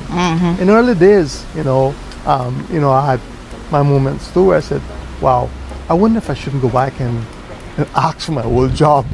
And, yes. And I could have, but something about the whole aspect of having entrepreneurial freedom, I think is what it is, that allows you to realize that you can build something to the stage and to the extent that suits you, as opposed to suiting someone else. The things that I didn't miss about Appleby and the big firms, and they're all the same in the sense, is that they expect a certain amount of billable hours, and you're not going to get away without doing that. And it used to be at one point that it would be you build 3 times what would be your annual salary, and then by the time you got into the 4th sum, you'd be into bonus territory. Well, over time, and as the firms have gotten larger, it's now 5, 6 times. So it's difficult work to get into bonus territory to start with. And of course, the other thing, of course, is that as you grow older, I think this is one of the things that I've heard other Caymanians who come out of the large firms say, is that the work-life balance. People want to spend a bit more time with their family. You reach in your midlife, 40s and 50s. Do you really want to be spending that kind of really intensive dealing with pure work? Whereas, perhaps you could do something a little bit differently, maybe not as lucrative, but giving you the kind of work-life balance that suits you. And I think that was one of the things that kind of kept me on course. And working for yourself, any entrepreneur would probably say this to you. The first 2 or 3 years of working, it becomes difficult. You wonder where the money is going to come from sometimes. You're really scratching your head. Absolutely. But then if you provide an earnest, an honest, and reliable service, it usually starts to balance out. The next piece of business is coming in, and so you're not so worried about the bottom line, right? Because the next piece of business is coming in. Yeah. And it's you have to build that freedom, customer base. Freedom as well. Yes, absolutely. Let's talk about you mentioned work-life balance. Let's talk about your family life a little bit. You've got children. I know for sure you have a daughter, because I know your daughter, but you have other kids as well? That's correct. I have 2 older children from previous relations. One is Martina. She's 39 now. Yes. And she's featuring, you'll see her on the campaign trail. Yes. That's my little friend. And then I have Richard, who doesn't feature so much, but he's he wishes me well, and he's doing his thing. He's 35. And then I have 2 younger adults, Arik, who is mine biologically, and then I adopted my wife's daughter, and she's mine as well. Yes. I only say that to just be clear, because whenever I never stop to think about her being adopted. Yes. She's my daughter, and that's how I approach being with her, and that's how she thinks of me, of being her father.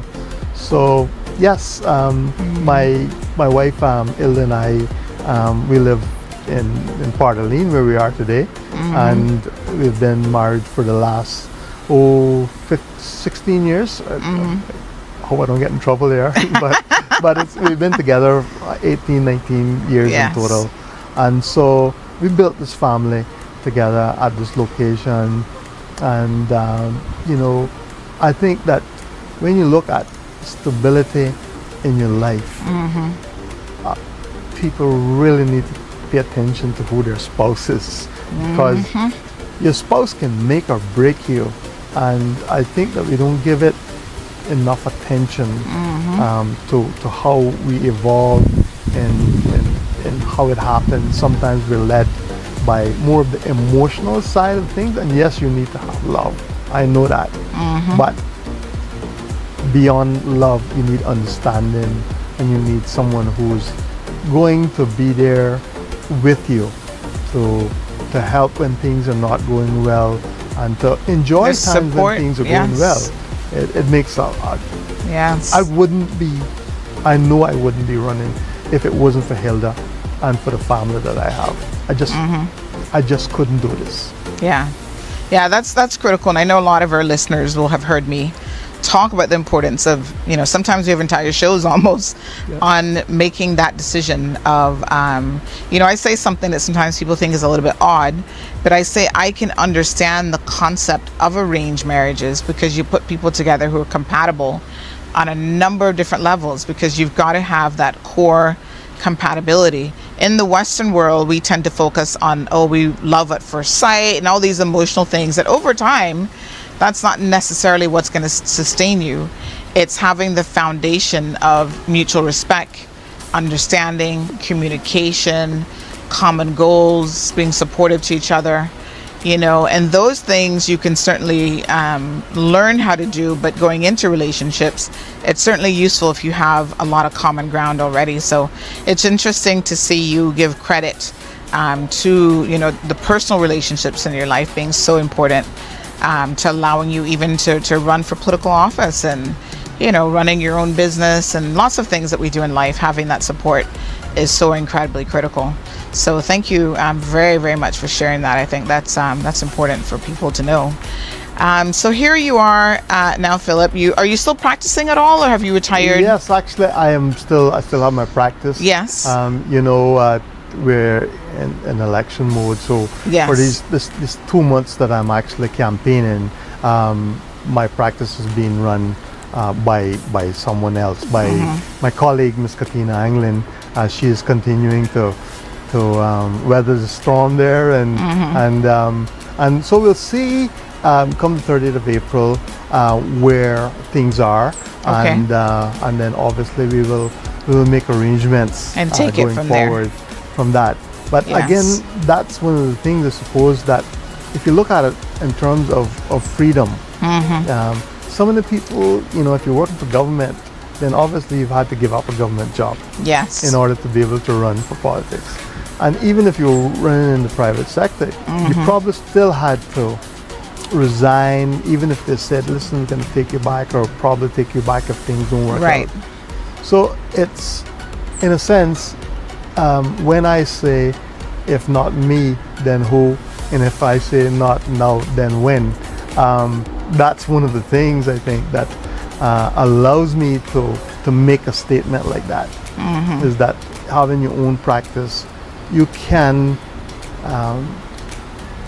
maneuver a little bit and be able to campaign for a couple of months while your practice still continues on. Although, I can tell you with certainty, one of the things that myself and other practitioners always speak about is that, particularly when we put in a lot of time on boards, is that when you're given civically, you always lose out in your practice, because practices, like any other business, if the owner is there, you're just in a different spot, I think. Yes. And my practice is a small practice. It's 3 people, all Caymanians, thank the Lord. But it's a small practice, and yes. Yeah. Let's talk about your community work over the years, Phillip. You mentioned, sitting on boards. So let's talk about some of those boards that you've sat on and how you've contributed outside of your professional life in running your businesses. Yeah, thanks, Sandra. Community service has always been one of those things that I think deeply about. I look back at the 20 years in my early career of being in the police department, and some of the things there, obviously, people will say, well, you're a policeman, you're being paid for it. But I have a great sympathy when you say it that way, because I know back from my history is that there's so many things there that, strictly speaking, you're not paid for. You do it because it is a part of what is happening. A lot of long nights where you don't have the opportunity to interact with your friends and your family, working shifts. How many times you actually put yourself in harm's way? Sometimes the harm's way is by the people you're even trying to protect. I remember occasions where, a blow was thrown, and it wasn't even intended for me, but it was intended to be at the other person who they were having an interaction with.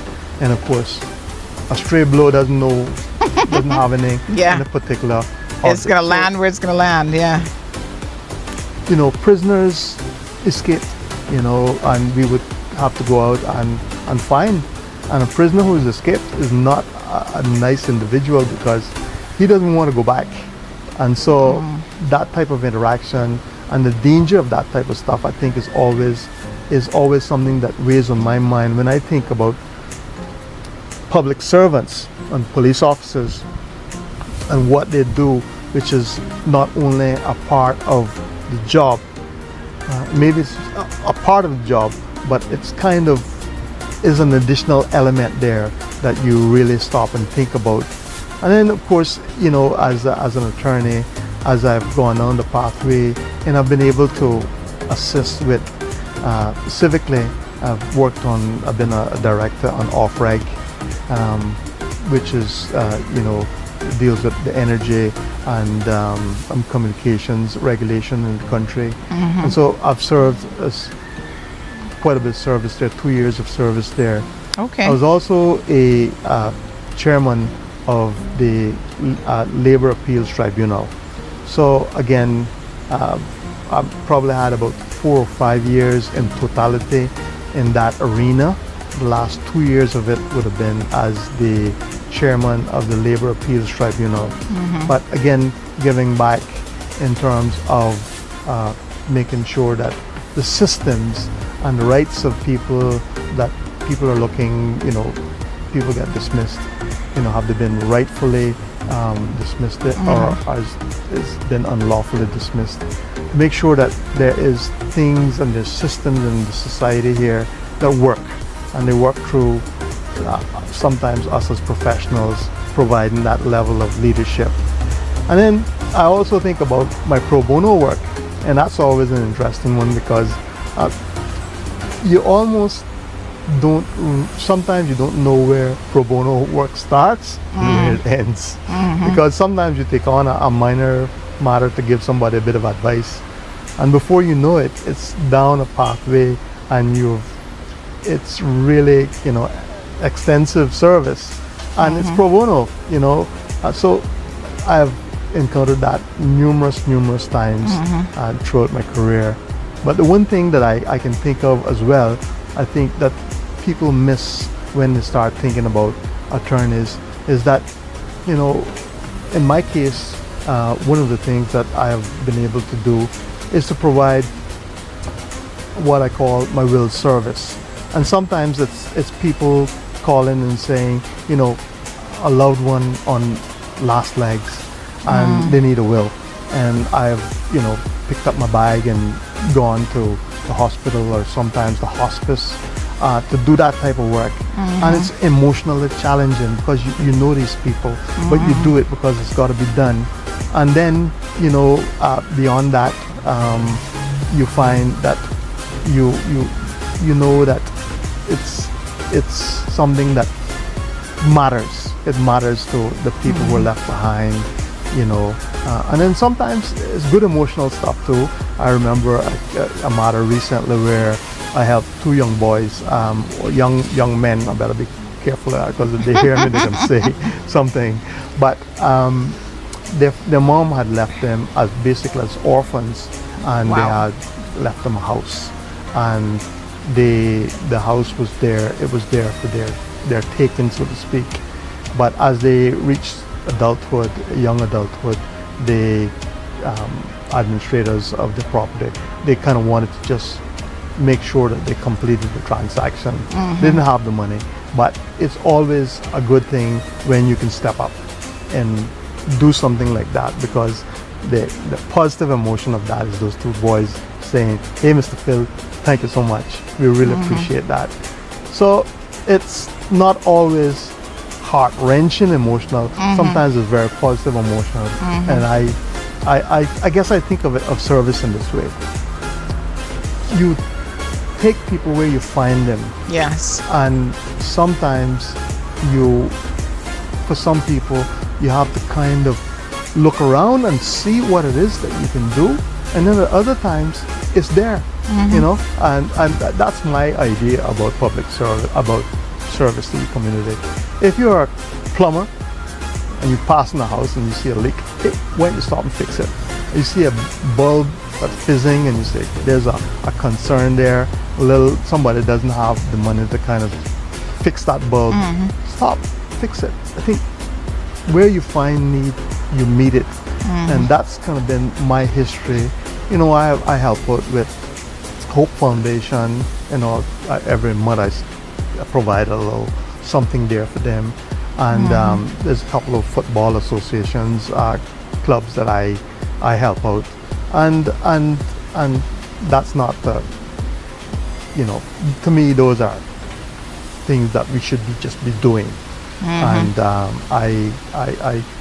but I enjoy service, and of course, if you ask me, do I do enough? No, I don't think anyone does enough, because to whom much is given, much is expected. Yes. And I think that we need to always be remembering that. And if we can all remember that we need to do a bit more, we're going to be so much of a better place. Yes, wonderful. Well, thank you so much, Phillip. This has been a very, very insightful interview. I mean, I've certainly enjoyed it, and I know our audience have enjoyed learning a bit more about who Phillip Ebanks is. We appreciate the opportunity to sit down, have a little chat with you. It's been such a lovely afternoon. The weather's been, oh my gosh, idyllic in so many ways lately. Nice breeze and under the coconut tree. So good luck to you on April the 30th. And thank you so much for this opportunity to get to know you on a one-on-one a little bit more. Thank you so much. I really appreciate it. And as I go out there and canvas, I want to thank the good people of Red Bay for the opportunity to just let me in on your thoughts about what you find is important in the district, and of course on the national issues. And as we continue to make that case, I look forward to hearing from you. We have our WhatsApp number 324-9886. If you want to drop us a WhatsApp, and also as we go along, we'll have our advertisements. We have a YouTube channel. Interestingly, we have the kids. Yesterday, I was at after the church service, I was at an ice cream place, and one of the other candidates for politics, I know him really well, and they're okay. And he came up to me with his granddaughter, and he said to the granddaughter, "You know who this is?" And she said, "Yes, that's Phil." And he said, how do you know that? I know it because of his song. Oh, yes. A lot of people are like, the song resonates with a lot of people. So it's always interesting to see how you're actually going to connect with people. And I think that's the wonderful thing about this experience, is how I'm getting an opportunity to connect with people, and I look forward to it. Absolutely, absolutely. Fantastic. Well, thank you so very, very much, and good luck again.